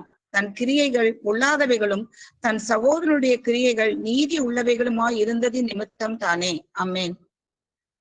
ஆதாமுக்கு 2 பிள்ளைகள் பிறந்தாங்க. அதுல காயின் பொல்லாத உள்ளத்துல சிந்தை இருந்தது. ஆண்டவர் மேல அன்பு இல்லை. ஆனா ஆபேலுக்கு ஆண்டவர் மேல பிரியம் இருந்தது. அதனாலதான் அவன் சிறந்த பலியை செலுத்தினான். ஆனா காயினும் கசப்போட என்ன பண்றான்? ஆண்டவருக்கு பலி செலுத்தினான். அதனால ஆண்டவர் காயோடைய பலியை ரிஜெக்ட் பண்றாரு ஆண்டவர். அப்போ நாம் என்ன பண்ணுமா? ஒருவரில் ஒருவர் அன்பா இருக்க வேண்டும் என்பதே ஆதி முதல் கேள்விப்பட்ட விசேஷம் இல்லையா? இது இன்னைக்கு கேட்கிற விஷயம் இல்ல, ஆதி முதல் கேட்கிற வசனம். ஒருவர் மேல அன்பு செலுத்த வேண்டும். ஏன்னா இதை பார்க்கும்போது பொல்லாங்கனால் உண்டாயிருந்த தன் சகோதரனை கொலை செய்த காயின், தன் சொந்த சகோதரனை கொலை செய்தவன் யாரு? முதல் கொலை காயின் தான் ஃபர்ஸ்ட் மர்டர் பண்ணுவான். தன் சகோதரனை கொலை செய்தான் இல்லையா? எதனால கொலை செய்தான்? அவன் எது நிமித்தம் அவனை கொலை செய்தான்? தன் கிரியைகள் பொல்லாதவர்களும். அப்போ காயுடைய கிரியைகள் எல்லாமே அது உண்மையான அன்பு அல்ல, பொல்லாத கிரியைகளா இருந்தது. அதனால அந்த கிரியை நிமித்தமா கொலை செய்கிறான். ஆனா தன் சகோதரனுடைய கிரைகள் நீதி உள்ளலா இருந்தது நிமித்தம் தானே. அப்போ ஆபேலுடைய கிரிகள் நீதி உள்ள கிரிகளா இருந்தது. ஆண்டவர் மேல் அன்பு இருந்தது. ஆண்டவருக்கார அவன் சிறப்பான அவன் என்ன பண்றான்? பலியை செலுத்தினான். ஆனா காயினும் கசப்போட வெறுப்போட அவன் கிரிகள் எல்லாமே பொல்லாத இருந்தால அவன் தன் சகோதரனை கொலை செய்ய பொறாமையினால் கொலை செய்கிறான் என்று பார்க்க முடியும். அப்போ ஆபேலுக்கு உண்மையான அன்பு இருந்தது. அது கிரிய நிமித்தமாக அன்பு அந்த கிரியை வெளிப்படுத்தின அன்பை. ஆனா காயினும் அவன் கிரிகள் எல்லாமே பொல்லாதா இருந்தது என்று பார்க்க முடியும். மத்தேயு 5ஆம் அதிகாரம் 14 முதல் 16. நீங்கள் உலகத்துக்கு வெளிச்சமாய் இருக்கிறீர்கள். மலையின் மேல் இருக்கிற பட்டணம் மறைந்திருக்க மாட்டாது. விளக்கை கொளுத்தி மரக்காலால் மூடி வைக்காமல் விளக்கு தண்டின் மேல் வைப்பார்கள். அப்பொழுது வீட்டிலுள்ள யாவருக்கும் வெளிச்சம் கொடுக்கும். இவ்விதமாய் மனுஷர் உங்கள் நற்கிரியைகளை கண்டு பரலோகத்தில் இருக்கிற உங்கள் பிதாவை மகிமைப்படுத்தும்படி உங்கள் வெளிச்சம் அவர்கள் முன்பாக பிரகாசிக்க கடவது. ஆமென். ஆமென். இங்க அழகாக சொல்லப்பட்ட விஷயத்தை பார்க்கும்போது அந்த அன்பை கிரிய நிமித்தமா காட்டுறோம் இல்லையா? ஆனா வெளிப்படையாக அன்புதான் உண்மையான அன்பா இருக்க போகுது இல்லையா? பாருங்க, நீங்கள் உலகத்துக்கு வெளிச்சமா இருக்கீங்க. அப்ப நாம எல்லாரும் இன்னைக்கு எப்படி இருக்கிறோமா?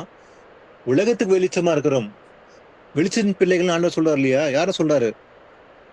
மலையின் மேல இருக்கிற பட்டணம் மறைக்கப்பட மாட்டாது இல்லையா? மலை மேல இருக்கிற பட்டணத்தை மறைஞ்சு இருக்குமா? இல்ல. அதே போலதான் விளக்கை கொளுத்தி மரக்காலிலே மூடி வைக்காமல் விளக்கை தண்டின் மேல் வைப்பார்கள் இல்லையா? ஏன் தண்டின் மேல வைப்பாங்க? அது வீட்டில் உள்ள யாவருக்கும் வெளிச்சம் கொடுக்கும் இல்லையா? அதனால தண்டு மேல வைக்கிறாங்க விளக்க. அடியில மறைச்சு வைக்கிறதுல யுதமாய் மனுஷர் உங்களுக்கு நற்கிரியை கண்டு. அப்போ நம்முடைய நற்கிரியை பார்த்து மனுஷன் என்ன பண்ணுவாங்க? பரலோகத்திற்கு உங்கள் பிதாவை மகிமைப்படுத்தும்படி உங்கள் வெளிச்சம் அவர் முன்பாக பிரகாசமா இருக்க கடவுது. அப்போ நம்முடைய வெளிச்சம் பிரகாசமா இருக்க வேண்டுமா? நம்ம கிரியைகள் எப்படி இருக்க வேண்டுமா? தேவனுக்கு உகந்த பிரியமா இருக்க வேண்டும். அப்ப இயேசு கிறிஸ்து மேல அன்பு இருந்தால் மாத்திரமே அது இருக்கும் இல்லையா? அப்ப நம்முடைய வெளிச்சம் பிரகாசம் இருக்க வேண்டுமானால் நம் கிரியைகள் எப்படிப்பட்டது? அது தேவனுக்கு பிரியமா இருந்தால் மாத்திரமே அது மற்றவர்களுக்கு பிரயோஜனமா இருக்கும். அப்ப தேவனை மகிழ்படுத்துவார்கள். அப்ப நம்முடைய கிரியைகள் எப்படிப்பட்டது? ஆபேலை போல இருக்க வேண்டுமா? காயினை போல இருக்க வேண்டும்? நாம தீர்மானம் பண்ண வேண்டும். அப்ப நம்முடைய கிரியைகள் எல்லாமே ஆபேலை போலதான் இருக்க வேண்டும், காயினை போல இருக்கக்கூடாது. அப்ப தேவன் மேல அன்பு இருந்தால் அதுல பொறாம இருக்கக்கூடாது. வாசிக்கலாம் எபேசு 2ஆம் அதிகாரம் 10. ஏனெனில் நற்கிரிகைகளை செய்வதற்கு நாம் கிறிஸ்து இயேசுவுக்குள் சிருஷ்டிக்கப்பட்டு தேவனுடைய செய்கையாயிருக்கிறோம். அவைகளில் நாம் நடக்கும்படி அவர் முன்னதாக அவைகளை ஆயத்தம் பண்ணியிருக்கிறார். ஆமென். பாருங்க, நற்கிரைகளை செய்கிறதுக்கு இன்று அல்ல, நாம் கிறிஸ்து இயேசுக்குள் சிருஷ்டிக்கப்பட்டு தேவனுடைய செய்கையா இருக்கிறோம். இந்த நற்கிரை என்பது ரொம்ப ரொம்ப அவசியம். அப்போ அவைகள் நாம் நடக்கும்படி அவர் முன்னதாக அவைகளை ஆயத்த பண்ணியிருக்கிறார். அது நாம் நடக்க வேண்டும் என்று இன்று நாம் நடப்பதற்காக அன்றே ஆயத்தம் பண்ணி ரெடி பண்ணி வச்சிருக்காராம் இல்லையா? அப்போ இந்த நற்கிரை என்பது ரொம்ப முக்கியம். அந்த நற்கிரியை எதனால? அன்பு நிமித்தமா காட்டப்படுகிற நற்கிரியை தான் இருக்க போகுது. வாசிக்கலாம் 2 கொரிந்தியர் 5:8-10. நாம் தைரியமாகவே இருந்து இந்த தேகத்தை விட்டு குடி போகவும் கர்த்தரிடத்தில் குடியிருக்கவும் அதிகமாய் விரும்புகிறோம். அது நிமித்தமே நாம் சரீரத்தில் குடியிருந்தாலும் குடியிராமற் போனாலும் அவருக்கு பிரியமானவர்களாய் இருக்க நாடுகிறோம். ஏனென்றால் சரீரத்தில் அவனவன் செய்த நன்மைக்காவது தீமைக்காவது தக்க பலனை அடையும்படி நாம் எல்லோரும் கிறிஸ்துவின் நியாயாசனத்திற்கு முன்பாக வெளிப்பட வேண்டும். ஆமேன். ஆமேன். இயேசு கிறிஸ்துடைய வருகின் போது அத்தனை பேரும் அவருடைய நியாயாசனத்துக்கு முன்பாக, சிங்காசனம் முன்பாக நாம் நிற்பது கண்டிப்பா இருக்க போகுது இல்லையா? அத்தனை பேரும் வரிசையா நிற்க போறோம். அதனால நாம் தைரியமா இருந்து பாருங்க, பவுல் சொல்றான், நாம் தைரியமாகவே இருந்து இந்த தேகத்தை விட்டு குடி போகவும் சரி, கர்த்தரிடத்தில் குடியிருக்கும் அதிகமாய் விரும்புகிறேன்னு சொல்லி பவுல் சொல்றான். ஆனா இது நிமித்தமே நான் சரீரத்தில் குடியிருந்தாலும் சரி, ஒருவேளை குடியில்லாமல் போனாலும் சரி, மரித்தாலும் சரி, அவருக்கு பிரியமானவனா இருக்கவே நாடுகிறோம். அப்ப இந்த ஒரு விசுவாசம், அன்பு தான் நமக்கு இருக்க வேண்டும். பவுல் சொல்றான் பாருங்க, நாம் சரீரத்தில் இருந்தாலும் சரி, குடி இல்லாமல் போனாலும் சரி, அவருக்கு பிரியமா இருக்கவே நாம் நாடுகிறோம். ஏன்னா சரீரத்தில் அவனவன் செய்த நன்மைக்காவது தீமைக்காவது. அப்ப யாரெல்லாம் நன்மை செய்யறனோ அதை கேட்ட பலன் உண்டு, தீமை செய்த அதை கேட்ட தக்க பலனும் உண்டு. நன்மைக்காவது தீமைக்காவது தக்க பலனை அடையும்படிக்கு நாம் எல்லோரும் கிறிஸ்துவின் நியாயசனத்துக்கு முன்பாக வெளிப்பட வேண்டும். அதனால இன்னைக்கு கேர்ஃபுல்லா இருக்க வேண்டும். ஏன்னா அன்னைக்கு இயேசப்ப வருகின் போது அத்தனை பேருமே இன்னைக்கு என்ன செய்யறோமோ அதுக்கு பலன் உண்டு. அவர் பலன் தர வருகிறார். அவனவன் செய்த கிரியைக்கத்தக்கதாக பலன் அளிக்கும்படி இயேசப்ப வரப்போகிறாராம். அப்ப இயேசு கிறிஸ்துவ அன்பு இருந்தா அது கிரியையினால் வெளிப்படுத்துறோமா, நன்மை செய்யறோமா, அதுக்கு பலன் உண்டு. இல்ல தீமை சேர்ந்தா அதற்கு தண்டனை உண்டு. அப்ப இன்றல்ல, அவர் வரும்போது கண்டிப்பா ஜட்ஜ்மெண்ட்ல தான் தீர்ப்பு கொடுக்க போறாரு. அப்ப இன்னைக்கு நம்முடைய கிரியைகள் எப்படிப்பட்டது? தேவனுக்கு பிரியமா இருக்குதா, நன்மை செய்யறோமா என்பதுதான் முக்கியம். ஏன்னா தீமை செய்த அதை கேட்ட பலன் வரும்போது தரப்போறாரு ஆண்டவர். கண்டிப்பா அதுல பச்சை பாதமே இருக்க போறதில்ல. வாசிகளா பிரசங்கி 12:14. ஒவ்வொரு கிரியையையும் அந்தரங்கமான ஒவ்வொரு காரியத்தையும் நன்மையினாலும் தீமையினாலும் தேவன் நியாயத்திலே கொண்டு வருவார். ஆமேன். ஆமேன். பாருங்க, எந்த ஒரு கிரியை இருந்தாலும் சரி, அது நன்மையோ தீமையோ, அந்தகாரமான ஒவ்வொரு காரியத்தையும் சரி, ரகசியமா இருட்டுல யாருமே இல்ல அப்படி செய்கிற அந்த கிரியை எல்லாத்தையுமே நன்மையானாலும் சரி, ஒருவேளை தீமையானாலும் சரி, தேவன் நியாயத்தில் கொண்டு வருவார். ஏன்னா அவர் பார்வைக்கு மறைவானது ஒன்றுமே இல்லை இல்லையா? மனுஷனை ஏமாத்தலாம், மனுஷனுக்கு கண்ணு துடைக்கலாம், மறைக்க முடியும். ஆனா கர்த்தரை ஒருபோதும் ஏமாற்றவே முடியாது. அவர் பார்வைக்கு மறைவானது ஒன்றுமே இல்லையா? அதனால நன்மையானாலும் தீமையானாலும் தேவன் என்ன பண்ணுவாரு? அவர் நியாயத்திலே கொண்டு வருவார் கண்டிப்பான்னு சொல்றாரு. வாசிகளா எபேசியர் 6:7-8. அடிமையானவன் ஆனாலும் சுயாதீனம் உள்ளவன் ஆனாலும் அவனவன் செய்கிற நன்மையின்படியே கர்த்தரிடத்தில் பலனை அடைவான் என்று அறிந்து மனுஷருக்கென்று ஊழியம் செய்யாமல் கர்த்தருக்கென்றே நல்மனதோடே ஊழியம் செய்யுங்கள். ஆமேன். அடிமையோ இல்ல சுயாதீனமோ சரி, யாரா இருந்தாலும் சரி, அவனவன் செய்கிற நன்மையின் படியே. அப்போ அவன் என்ன நன்மை செய்யறனோ கர்த்தரிடத்தில் பலன் அடைவோம் என்று அறிந்து. அப்ப மனுஷனுக்காக செய்யறோம்பா, இந்த மனுஷன்கிட்ட ஏதோ எதிர்பார்க்கிற, அதனால நான் செய்யறேன் அப்படி செய்யக்கூடாது. நான் இதை செய்யறேன்பா, அதனால அவன் எனக்கு எதனா செய்வான் அப்படின்னு கண்டிஷன் லவ் காட்டக்கூடாது. அந்த கண்டிஷன் லவ் ஒருபோதும் இருக்கக்கூடாது இல்லையா? அப்ப நான் இந்த காரியத்தை செய்ய, இந்த மனுஷனுக்கு இதை செய்யறேன், அதனால அவனும் எனக்கு எதாவது செய்யணும் விரும்பி செய்யாம, நன்மையோ சரி, அந்த நன்மை கேட்ட பலன் அடைவோம் என்று அறிந்து என்ன பண்ணமா, மனுஷனுக்கென்று ஊழியம் செய்யாமல் என்ன பண்ணமா, கர்த்தருக்கென்று நல் மனதோடு ஊழியம் செய்யுங்கள், சேவை செய்யுங்கள். எப்படி? கர்த்தருக்கென்று செய்யற இத. அப்ப நம்ம எங்கேயோ ஒரு நன்மை செய்யும் போது நம்ம என்ன நினைக்கணும்? இது கர்த்தருக்கு தான் செய்யறேன் அப்படின்னு நினைச்சு செஞ்சா பலன் இயேசப்பா கொடுப்பார். கண்டிப்பா அதுக்கான பலன் உண்டு, நன்மை செய்வதற்கான பலன் உண்டுன்னு இயேசப்பா சொல்றார்.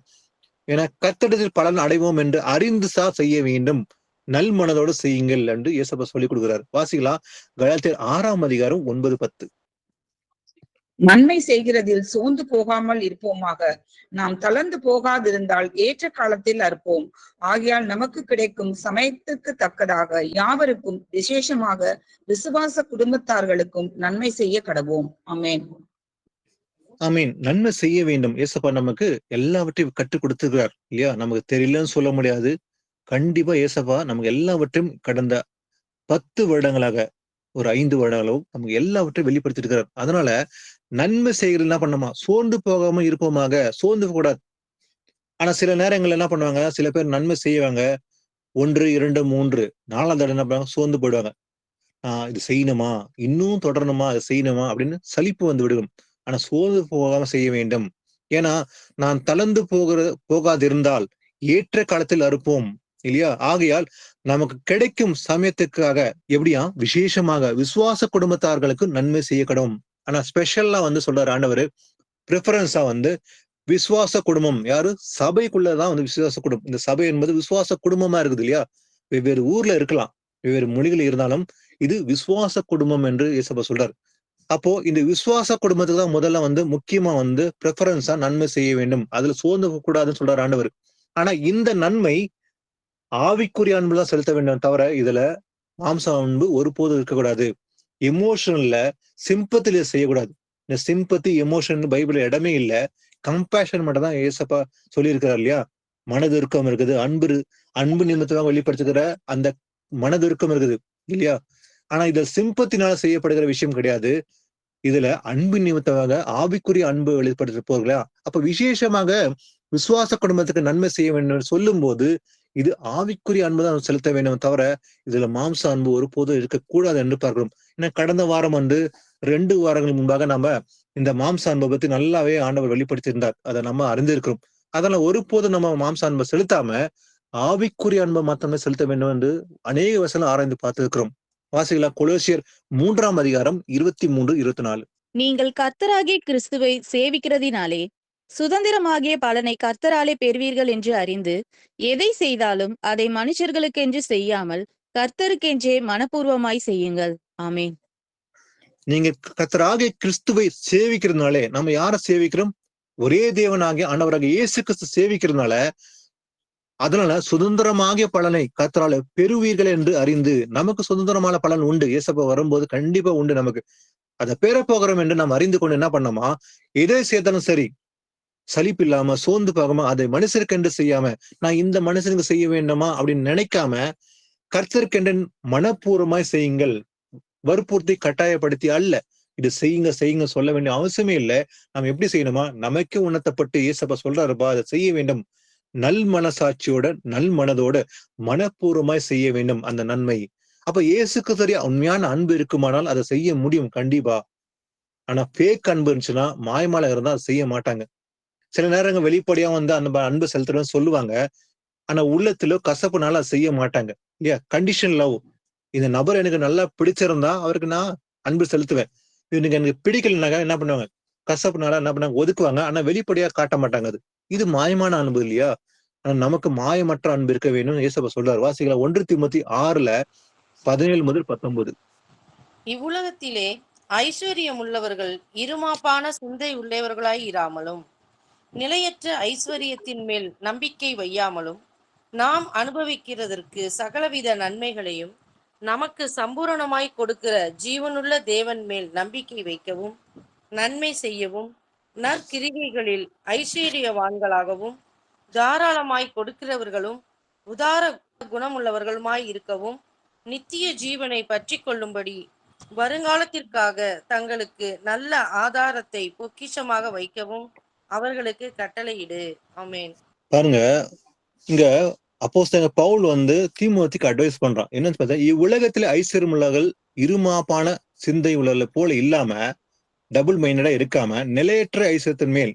ஏன்னா ஐஸ்வர்யம் வந்து டெம்பரரி, அது நிலையற்றது. அதுக்கு ஒரு அழி உண்டு இல்ல, நிலையற்றது. அப்போ நிலையற்ற ஐஸ்வர்யத்தின் மேல் நம்பிக்கை வைக்காம நான் அனுபவிக்கிறதுக்கு சகலவித நன்மைகளையும் நமக்கு சம்பூர்ணமா கொடுக்கிற ஜீவனுள்ள தேவன் மேல் நம்பிக்கை வைக்கவும். அப்ப யார் மேல நம்பிக்கை வைக்கணும்? இயேசு கிறிஸ்து மேல நம்பிக்கை வேணும். ஆனா ஐஸ்வர்யத்தின் மேல ஒருபோதும் நம்பிக்கை வைக்காம நன்மை செய்யுங்கள் நற்கிரிகளில். அதுல வந்து என்ன பண்ணோமா, ஐஸ்வர்யங்களாக மாறவும் தாராளமாய் கொடுக்கிறவர்களாகவும் உதாரண குணமாய் இருக்கவும் நித்திய ஜீவனை பற்றி கொண்டும்படி வருங்காலத்துக்காக தங்களுக்கு நல்ல ஆதாரத்தை பொக்கிஷமாக வைக்கும் அவருக்கு கட்டளையிடுன்னு சொல்லி பவுல் தீமோத்திக்கு சொல்றான். சோ இன்னைக்கு நம்ம கர்த்தர் சொல்றதும் அதே விஷயம்தான். எது மேல் நம்பிக்கை வைக்க வேண்டும்? கர்த்தர் மேலதான். ஏன்னா பணத்தின் மேல் நம்பிக்கை ஒருபோதும் வைக்க கூடாது. பணம் எல்லாருக்கும் தேவைதான், அதுல எந்த மாற்றமும் இல்லை. எல்லாருக்குமே பணம் அவசியம், தேவைக்கு இருக்குது, தேவைக்கேற்ற மாதிரி கர்த்தர் கொடுக்குறாரு. ஆனா அது மேல நம்ம நம்பிக்கை வைக்காம இயேசு கிறிஸ்து மேல் நம்பிக்கை வைத்தால் நமக்கு நித்திய ஜீவன் உண்டு. வாசிக்கலாம், தீமோத்தி 3:8 வாசிக்கலாம். இந்த வார்த்தை உண்மை உள்ளது. தேவனிடத்தில் விசுவாசமானவர்கள் நற்கிரியைகளை செய்ய ஜாக்கிரதையா இருக்கும்படி நீ இவைகளை குறித்து திட்டமாய் போதிக்க வேண்டும் என்று விரும்புகிறேன். இவைகளே நன்மையும் மனுஷருக்கு பிரயோஜனம் உள்ளவுமாய் இருக்கிறது. பவுல் வந்து தீத்துக்கு அவனை என்கரேஜ் பண்ணி சபையில நீ சொல்ல வேண்டும் என்று அவனை வலியுறுத்துறான். என்ன விஷயம் பார்த்தீங்கன்னாக்கா, இந்த வார்த்தை உண்மை உள்ளது. ஏன்னா தேவனிடத்தில் விசுவாசமானவர்கள் நற்கிரியை செய்ய ஜாக்கிரதையா இருக்கும்படி. எதுல ஜாக்கிரதையா இருக்கணும்னா, எதுல கேர்ஃபுல்லா இருக்கணும், நற்கிரியை செய்யும்படி கேர்ஃபுல்லா இருந்து நீ அவைகளை குறித்து திட்டமாய் போதிக்க வேண்டும் விரும்புகிறேன். இவைகளின் நன்மையும் மனுஷனுக்கு பிரயோஜனமானகள். இந்த கிரியைகள் நற்கிரியைகள் என்று ரொம்ப ரொம்ப அவசியம். ஏன்னா இது உலக மக்களுக்கு அறியாத விஷயம். ஆனா தேவன் அறிந்த மக்களுக்கு இந்த அன்பு விசுவாசம் மூலமாக வருது. கிரியை என்பது ரொம்ப வந்து முக்கியமானது. அன்பு இருந்தால் அது கிரியையினால் வெளிப்படுத்த வேண்டும். அதெல்லாம் சபையில நீ சொல்ல வேண்டும் என்று பவுல் வந்து தீத்துக்கு வந்து அவன் வலியுறுத்துகிறான் என்று பார்க்க முடியும். பிரசங்கி 7:20 வாசிக்கலாம். ஒரு பாவமும் செய்யாமல் நன்மையே செய்யத்தக்க நீதிமான் பூமியில் இல்லை. ஆமென். நான் ஒரு பாவம் கூட செய்யலப்பா, பிறந்ததில்லை அப்படின்னு யாரா சொல்ல முடியுமா? கண்டிப்பா முடியாது இல்லையா? எல்லாருமே பாவம் செய்து தேவனை கிருபையை வந்து விழுந்து போனவர்களா இருந்தார்கள். ஆனா தேவன் வந்து தன் ஜீவனை கொடுத்த நிமித்தமாக அந்த கிருபை மறுபடியும் பெற்றுக் கொண்டு இருக்கிறோம் என்று பார்க்க முடியும். பாவமே செய்யாத மனுஷன் ஒருவனும் இல்ல வசனம் சொல்லுது இல்லையா? அப்போ ஒருவேளை என்ன, நான் பாவமே செய்யலன்னு சொன்னாக்கா வசனம் சொல்லுது நம்மை வஞ்சிக்கிறோம். நமக்கு பாவம் இல்லை என்போமாகில் நம்மை நாமே வஞ்சிக்கிறோமா இல்லையா? அப்ப பாவம் இருக்குதுன்னு ஒத்துக்கிறதா இல்லையா? எந்த மனுஷனும் வந்து வந்து மறைக்க முடியாது. நான் நீதிமான, நான் பர்ஃபெக்ட்னு ஒருவனு சொல்ல முடியாது இல்லையா? நான் ஒரு சீஷன் அதனால பர்ஃபெக்ட் இல்ல, நான் பர்ஃபெக்ட் இல்ல.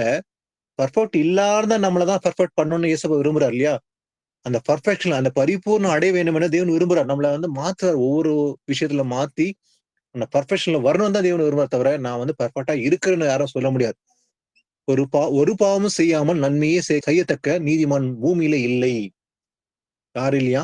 நீதிமான் இல்லைன்னு சொல்றாரு. நன்மை மாத்திரமே செய்யறம்பா, நான் தீமை செஞ்சது கிடையாது யார சொல்ல முடியுமா? முடியாது. இவன் போதிக்கிறவன் அவ்வளவுதான் இல்லையா?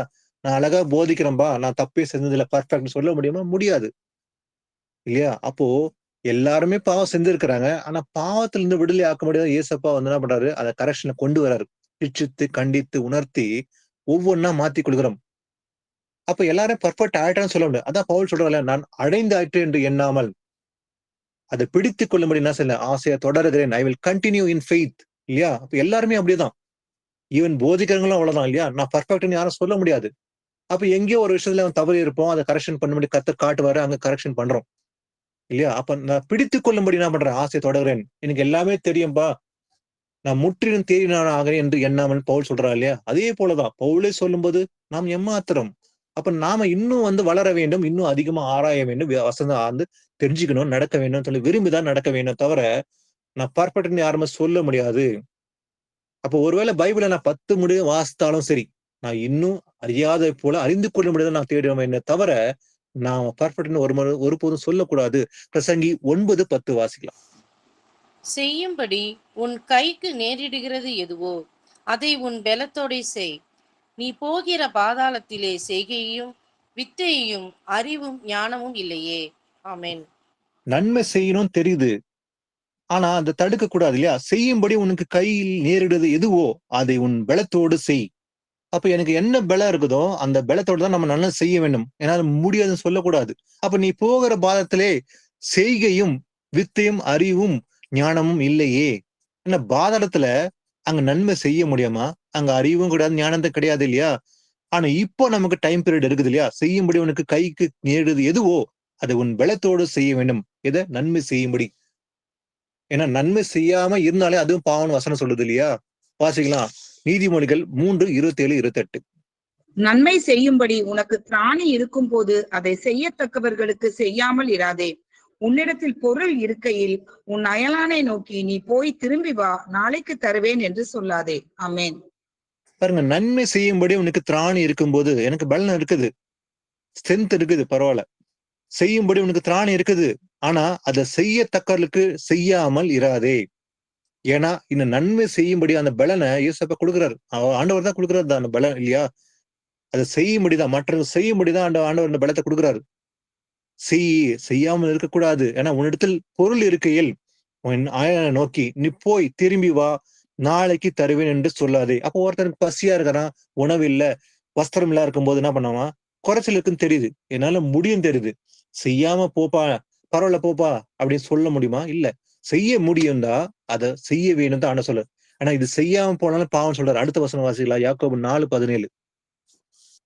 ஆதலால் ஒருவன் நன்மை செய்ய அறிந்தவனாய் இருந்தும் அதை செய்யாமல் போனால் அது அவனுக்கு பாவமாய் இருக்கும். ஆமீன். இதுவே பாவமா இருக்குமா? எது? அப்ப என்னால முடியும், பலன் கொடுத்திருக்கிறாரு, செய்ய முடியும், ஆனா செய்யாம இருக்கிறனாக்கா அது பாவம் இல்லையா? அப்ப ஒரு நன்மை செய்ய அறிந்தவனா இருந்தும் அதை செய்யாம போனா அது அவனுக்கு பாவமா இருக்கும். நன்மை என்று ஒரு விஷயம் இல்ல, நிறைய விஷயங்களை பார்க்கலாம். நன்மையை பத்தி நம்ம ஒரு படிப்பினே பார்த்திருக்கோம். நன்மை என்னன்னு தெரியும் இல்லையா? வசனம் கீழ்ப்படுகிற நன்மை, குறைச்சல ஒருத்தர் கொடுக்கறது நன்மை, அப்படின்னு நன்மையில நிறைய விஷயங்களை பார்க்க முடியும் இல்லையா? அப்ப இந்த நன்மைகள் எல்லாமே செய்யும்படி நமக்கு திராணி இருக்குதா? செஞ்சு கண்டிப்பா செய்ய வேண்டும். இன்னைக்குதான் டைம் பீரியட் இல்லையா? அப்போ செய்ய முடியும், செய்யாம இருந்தாலே அதுதான் பாவமா இருக்க போகுது இல்லையா? அப்போ நம்ம நன்மை செய்ய வேண்டும் தேவன் விரும்புறார். வாசிக்கலாம், யோவான் 3:16 முதல், அதாவது அன்பை பத்தி சொல்லும் போது இந்த வசனம் மறக்க முடியாத ஒரு வசனம். யோவான் 3:16. தேவன் தம்முடைய ஒரே பேரான குமாரனை விசுவாசிக்கிறவன் எவனோ அவன் கெட்டு போகாமல் நித்திய ஜீவனை அடையும்படிக்கு அவரை தந்தருளி இவ்வளவாய் உலகத்தில் அன்பு கூர்ந்தார். ஆமென். இதை விட பெரிய அன்பு உலகத்துல எதுவும் இருக்க போறது இல்லையா? இல்லையா? இது பெரிய பிரதானமான அன்பு. இயேசு கிறிஸ்து நம்ம மேல வைத்த அன்பு. நமக்காகவும் அத்தனை பேர்களும் பாவிகளுக்காக இயேசு கிறிஸ்து வெளிப்பட்டார் ரட்சகராக. தேவன் தம்முடைய ஒரே பேரான குமாரனை விசுவாசிக்கிற எவனோ அவன் கெட்டு போக நித்திய ஜீவன் அடைய வேண்டும் என்பதற்காக அவரை தந்தருளி இவ்வளவாய் உலகத்தில் அன்பு கூர்ந்தார். சோ இதுதான் பிரதானமான அன்பு. தன்னையே பலியாக ஒப்பு கொடுத்தாரு இல்லையா? இதை விட பெரிய அன்பு உலகத்துல இருக்க போறல. அது வெளிப்படையாக கிரிய நிமித்தாக வெளிப்படுத்தார். அவர் வெறும் வார்த்தையில சொன்னாரா? இல்ல, அதை செய்து முடித்தார். அந்த அன்பை டெமான்ஸ்ட்ரேஷன் பண்ணி காட்டினார். அந்த அன்பை வெளிப்படுத்தி கடைசியில அவர் சிலுவையில் மரித்து ரத்தம் சிந்தப்பட்டவர்களாக அவர் மரித்து உயிர்த்தெழுந்து அந்த அன்பை நிறைவேற்றினார் என்று பார்க்க முடியும். இதுதான் பிரதானமான அன்பு என்று பார்க்கும். வாசிக்கலாம் 2 தீமோத்தேயு 3:16-17. இந்த வேத வாக்கியம் எடுக்க கொடுக்கப்பட்டிருக்குது. வேத வாக்கியங்கள் எல்லாம் தேவ ஆவியினால் அருளப்பட்டிருக்கிறது. தேவனுடைய மனுஷன் தேறினவனாகவும் எந்த நற்கிரியையும் செய்ய தகுதி உள்ளவனாகவும் இருக்கும்படியாக அவைகள் உபதேசத்துக்கும் கடிந்து கொள்ளுதலுக்கும் சீர்திருதலுக்கும் நீதியை படிப்பிக்குதலுக்கும் பிரயோஜனம் உள்ளவைகளாய் இருக்கிறது. ஆமென். இந்த வேத வாக்கியம் நமக்கு எதுக்காக கொடுக்கப்பட்டிருக்குது? மற்றவர்கள் போதிக்கிறதுக்காகவா?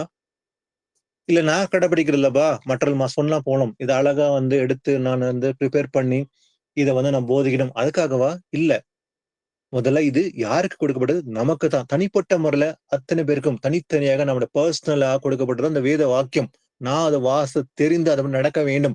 வேத வாக்கியங்கள் எல்லாம் தேவ ஆவியினால் அருளப்பட்டிருக்குது. இது மனுஷனுக்கு கொடுக்கப்பட்ட, ஒரு மனுஷனால எழுதப்பட்ட வசனம் அல்ல, தேவ ஆவியினால் அருளப்பட்டிருக்கிறதுனால இது எதுக்காகவும் தேவனுடைய மனுஷன் தேறினவனாகவும் எந்த நற்கிலையும் செய்ய தகுதி உள்ளவளாகும். அப்ப எதுக்காகவும் நற்கிலை செய்ய தகுதி உள்ள இருக்கும்படிதான் என்ன பண்ணுவான்? அவைகள் உபதேசத்துக்கும் இல்லையா? இதுக்காக உபதேசம் பண்றதுக்கு கடிந்து கொள்ளுதல், தப்பு செய்யும் போது வசன நிமித்தமா கடிந்து கொள்ளுது இல்லையா? அது ரொம்ப முக்கியமானது.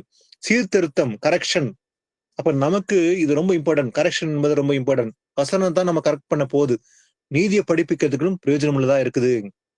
அப்ப இது எல்லாமே ஆண்டவர் அவர் நம்ம மேல வைத்த அன்பு நிமித்தமாக தான் இதை கொடுக்குறாரு இல்லையா? இந்த வேதத்தை அறிந்து நான் இந்தந்த காரியங்களை சரி செய்து கொள்ள வேண்டும். அப்ப அந்த கற்பனை கை கொள்ளும் போதுதான் இயேசப்பா மேல அன்பு செலுத்துறோம். இதுதான் ஆவிக்குரிய அன்பா இருக்க போகுது.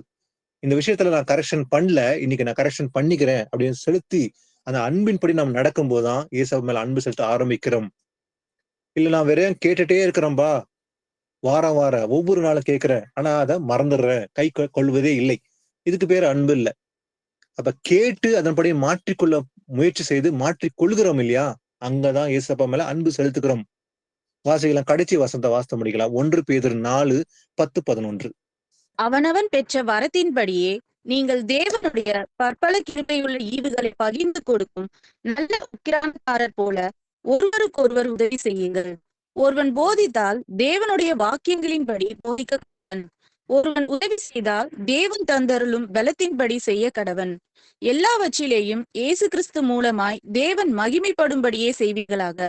அவருக்கே மகிமையும் வல்லமையும் சதா காலங்களிலும் உண்டாயிருப்பதாக. ஆமேன். அவன் பெற்ற வரத்தின்படியே நீங்கள் தேவனுடைய பற்பல கிருபையுள்ள ஈவுகளை பகிர்ந்து கொடுக்கும்படி நல்ல உக்கிரக்காரனை போல் இருக்க வேண்டும். இருந்து ஒருவருக்கொரு உதவி செய்யுங்கள். அப்போ ஒருவருக்கொரு உதவி செய்யுங்கள்னு சொல்லும் போது இதுல மாயமாலமே இருக்கக்கூடாது, பார்ஷியாலிட்டியே இருக்கக்கூடாது. அது அன்பு நிமித்தமாக சபையிலும் சரி வெளியும் சரி நம்ம செய்கிற உதவிகளா இருந்தாலும் அதுல மாயமால இருக்கக்கூடாது.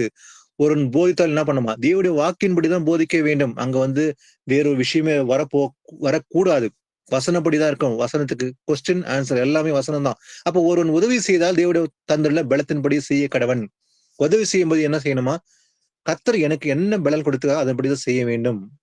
எல்லாவற்றிலும் இயேசு கிறிஸ்து மூலமா தேவன் மகிமைப்படும்படி செய்வீர்களாக. ஆனா இதெல்லாம் மெச்சிக்கொள்ளும்படி மற்ற பார்க்கும்படி செய்யாம தேவன் மகிமைப்படும்படி செய்ய வேண்டும். அவருக்கு மகிமையும் வல்லமையும் சதா காலம் உண்டவதாக. அப்போ நம்ம இதுல முக்கியமா பார்க்க வேண்டிய விஷயங்கள் பார்க்கும்போது இந்த அன்புல மாயமாலவே இருக்கக்கூடாது. கர்த்தர் எனக்கு என்ன பலன் கொடுத்தாரோ அதை நன்மை செய்ய வேண்டும். அவரை கற்பனை கை கொள்ள வேண்டும். ஏன்னா ஒரு இடத்துல பார்க்கும்போது நீதிமொழிகளை வசனம் சொல்லுது, மறைவான சிநேகத்தை பார்க்கிலும் வெளிப்படையான கடிந்து கொள்ளுது நல்லது. இந்த ஃபேக் லவ் எப்படி இருக்கும் பாத்தீங்கன்னாக்கா மறைமுகமா இருக்கும் இல்லையா? அந்த அன்பு தேவையில்லை. அதை விட வெளிப்படையான கடிந்து கொள்வது பெட்டர் இல்லையா? அன்பு சொல்லுவாங்க, ஆனா அதுல அன்பு இருக்காது, ஃபேக் இருக்கும். ஏன்னா அன்பு எப்பவுமே சமரசம் பண்ணாது, காம்ப்ரமைஸ் இல்லாததுதான் அன்பு இல்லையா? ஒருபோதும் காம்ப்ரமைஸ் பண்ணாதவன் அவன் உண்மையிலே இயேசப்பா மேல அன்பு இருக்கிறவன். எங்கேயோ ஒரு இடத்துல நான் இவர் கோச்சிக்காரு, இந்த நபர் கோச்சிக்குவாரு, அதனால அவர் தப்பு செய்யும்போது கடிந்து கொள்ளாம நான் விலகி அதை கண்டு கொள்ளாம இருக்கும்போது அது கர்த்தர் ஒரு நாள் கண்டிப்பா கணக்கு கேட்பார் இல்லையா? அப்ப இன்னைக்கு ஒரு சகோதரனோ சகோதரி கெட்டு போகிறாங்கன்னு தெரியும் போது, தப்பு தெரியும் போது, அப்போ ஒருவருடைய கடமை என்ன? வசனப்படி அவங்களை கண்டிப்பது கடமை. அன்பு நிமித்தமா செய்யறோம் இல்லையா? அப்ப அன்பு இருந்தா இவர் கெட்டு போறாருப்பா, தவறி போறாரு, அதனால நான் பண்றேன், வசனத்தை சொல்லி அவர் கண்டிக்கிறேன் அப்படின்னு செய்துதான் உண்மையான அன்பா இருக்க போகுது. ஆனா பரவாயில்ல, அவர் கோச்சுக்குவாரு, அவர் திட்டுனா விலகி போயிடுவாரு, அதான் நான் என்ன பண்றேன், சரி போகலாம் அப்புறம் பாத்துக்கலாம் அப்படின்னு விலகி போகும்போது ஒருவேளை இயேசப்பா வந்துட்டாருனாக்கா கண்டிப்பா அது நம்ம மேலதான் அந்த பழி வர போகிறது. ஒருவேளை கெட்டு அவர் விலகி போகும்போது நான் இன்னைக்கு எனக்கு தெரியும் அந்த நபர் கெட்டு போறான்னு சொல்லி. அப்ப நம்முடைய கடமை என்ன? திருத்த வேண்டும். வசன நிமித்தமா கண்டிக்கிறது நல்லதான். ஏன்னா அன்பு நிமித்தமா, ஏன்னா ஒரு இடத்துல பவுல் கண்டிக்கும் போது புத்தி இல்லாத கலாச்சாரம் சொல்லும் போது அதனால பவுல் மேல கோச்சிக்க முடியுமா? கண்டிப்பா கிடையாது. ஏன்னா அன்பு நிமித்தமா கண்டிக்கிறாரு இல்லையா? புத்தி இல்லாத கலாச்சாரம் அப்படி சொல்லும் போது அதுல அன்பு தவறி போச்சா? இல்ல, அன்பு நிமித்தமா அதை சொல்றாரு. அப்போ ஒரு சகோதரி விலகி தவறி போகும்போது அவனை கண்டிப்பதுதான் உண்மையால இயேசு கிறிஸ்து மேல வைக்கிற அன்பு. அப்ப அன்பு இருக்கும்போதுதான் செய்யறோம். இந்த நபர் கட்டு போறாரு, தவறி போறாரு, அதனால நான் என்ன பண்றேன், வசனம் சொல்லி அவர் கண்டிக்கிறேன். அதுக்கு முறை இருக்குது. எடுத்த கவுத்தன்னு சொல்லி நம்ம போய் பேச போறல, அவரை தனியா அழைத்து வசனப்படி என்ன பண்றேன், வசனம் சொல்லி அன்பாதான் கண்டிக்க போறோம். இதுல எந்த மாற்றமே கிடையாது. இதுதான் ஆவிக்குரிய அன்பா இருக்கும் போது. அப்போ நம்ம கண்டுக்காமல் விட்டு அவர் கெட்டு போறாரு, சொன்னா கோச்சிக்குவாரு அப்படின்னு சொல்லி மற்ற மெச்சி கொள்ளும்படி மற்ற பிரியப்படுத்தும்படி செய்தால் அது ஆவிக்குரிய அன்பே கிடையாதுன்னு சொல்லி பார்க்க முடியும். மறைமுக அன்பு தேவையற்றது. அப்போ ஒரு சகோதரனோ அல்லது சகோதரியோ தவறு செய்யும்போது என்ன பண்ணோம், நாம் அதை திருத்த வேண்டும் தவிர மாறாக சமரசம் செய்து கொண்டு அதை அலட்சியப்படுத்த கூடாது ஒருபோதும் என்று பார்க்கிறோம். அப்போ நம்ம செலுத்த வேண்டியது ஆவிக்குரிய அன்பு மாத்திரமே.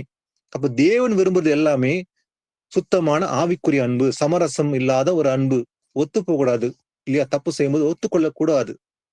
சோ இன்றைக்கு இந்த 1 மணி நேரம் இந்த அன்பை எப்படி காட்ட வேண்டும், எது உண்மையான அன்பு, மாயமற்ற அன்பு இருக்க வேண்டும் என்று இன்று இந்த 1 மணி நேரம் ஆராய்ந்து பார்த்தோம். கர்த்தருடைய கிருபைக்காக நன்றி செலுத்தி ஒரு ஜெபத்தோட இந்த பைபிள் ஸ்டடியை முடிக்கலாம். சர்வ வல்லமுள்ள தேவனாகிய கர்த்தாவே இயேசப்பா, இந்த 1 மணி நேரம் அப்பா வேத வாக்கியங்களை ஆராய்ந்து அதை நிதானித்து அதை அறிந்து கொள்ளும்படி அப்பா இதில் உள்ள ரகசியங்களை புரிந்து கொள்ளும்படி உம்முடைய அன்பு நிமித்தமாக அதை வெளிப்படுத்தினபடியால் உமக்கே புகழ்ச்சியும் கனமும் செலுத்துகிற கர்த்தாவை. உம்மை போல போதிக்க ஒருவராலும் முடியாது கர்த்தாவை. நீரே நல்ல போதகர் கர்த்தாவை, எங்களுக்கு போதிக்க வல்லவராக இருக்கிற கர்த்தாவை. அப்பா கேட்ட வசனங்களை எங்கள் உள்ளத்தை கிரியை செய்யும்படி அப்பா எல்லாவற்றையும் நிதானிக்கும்படி செய்து கர்த்தாவை.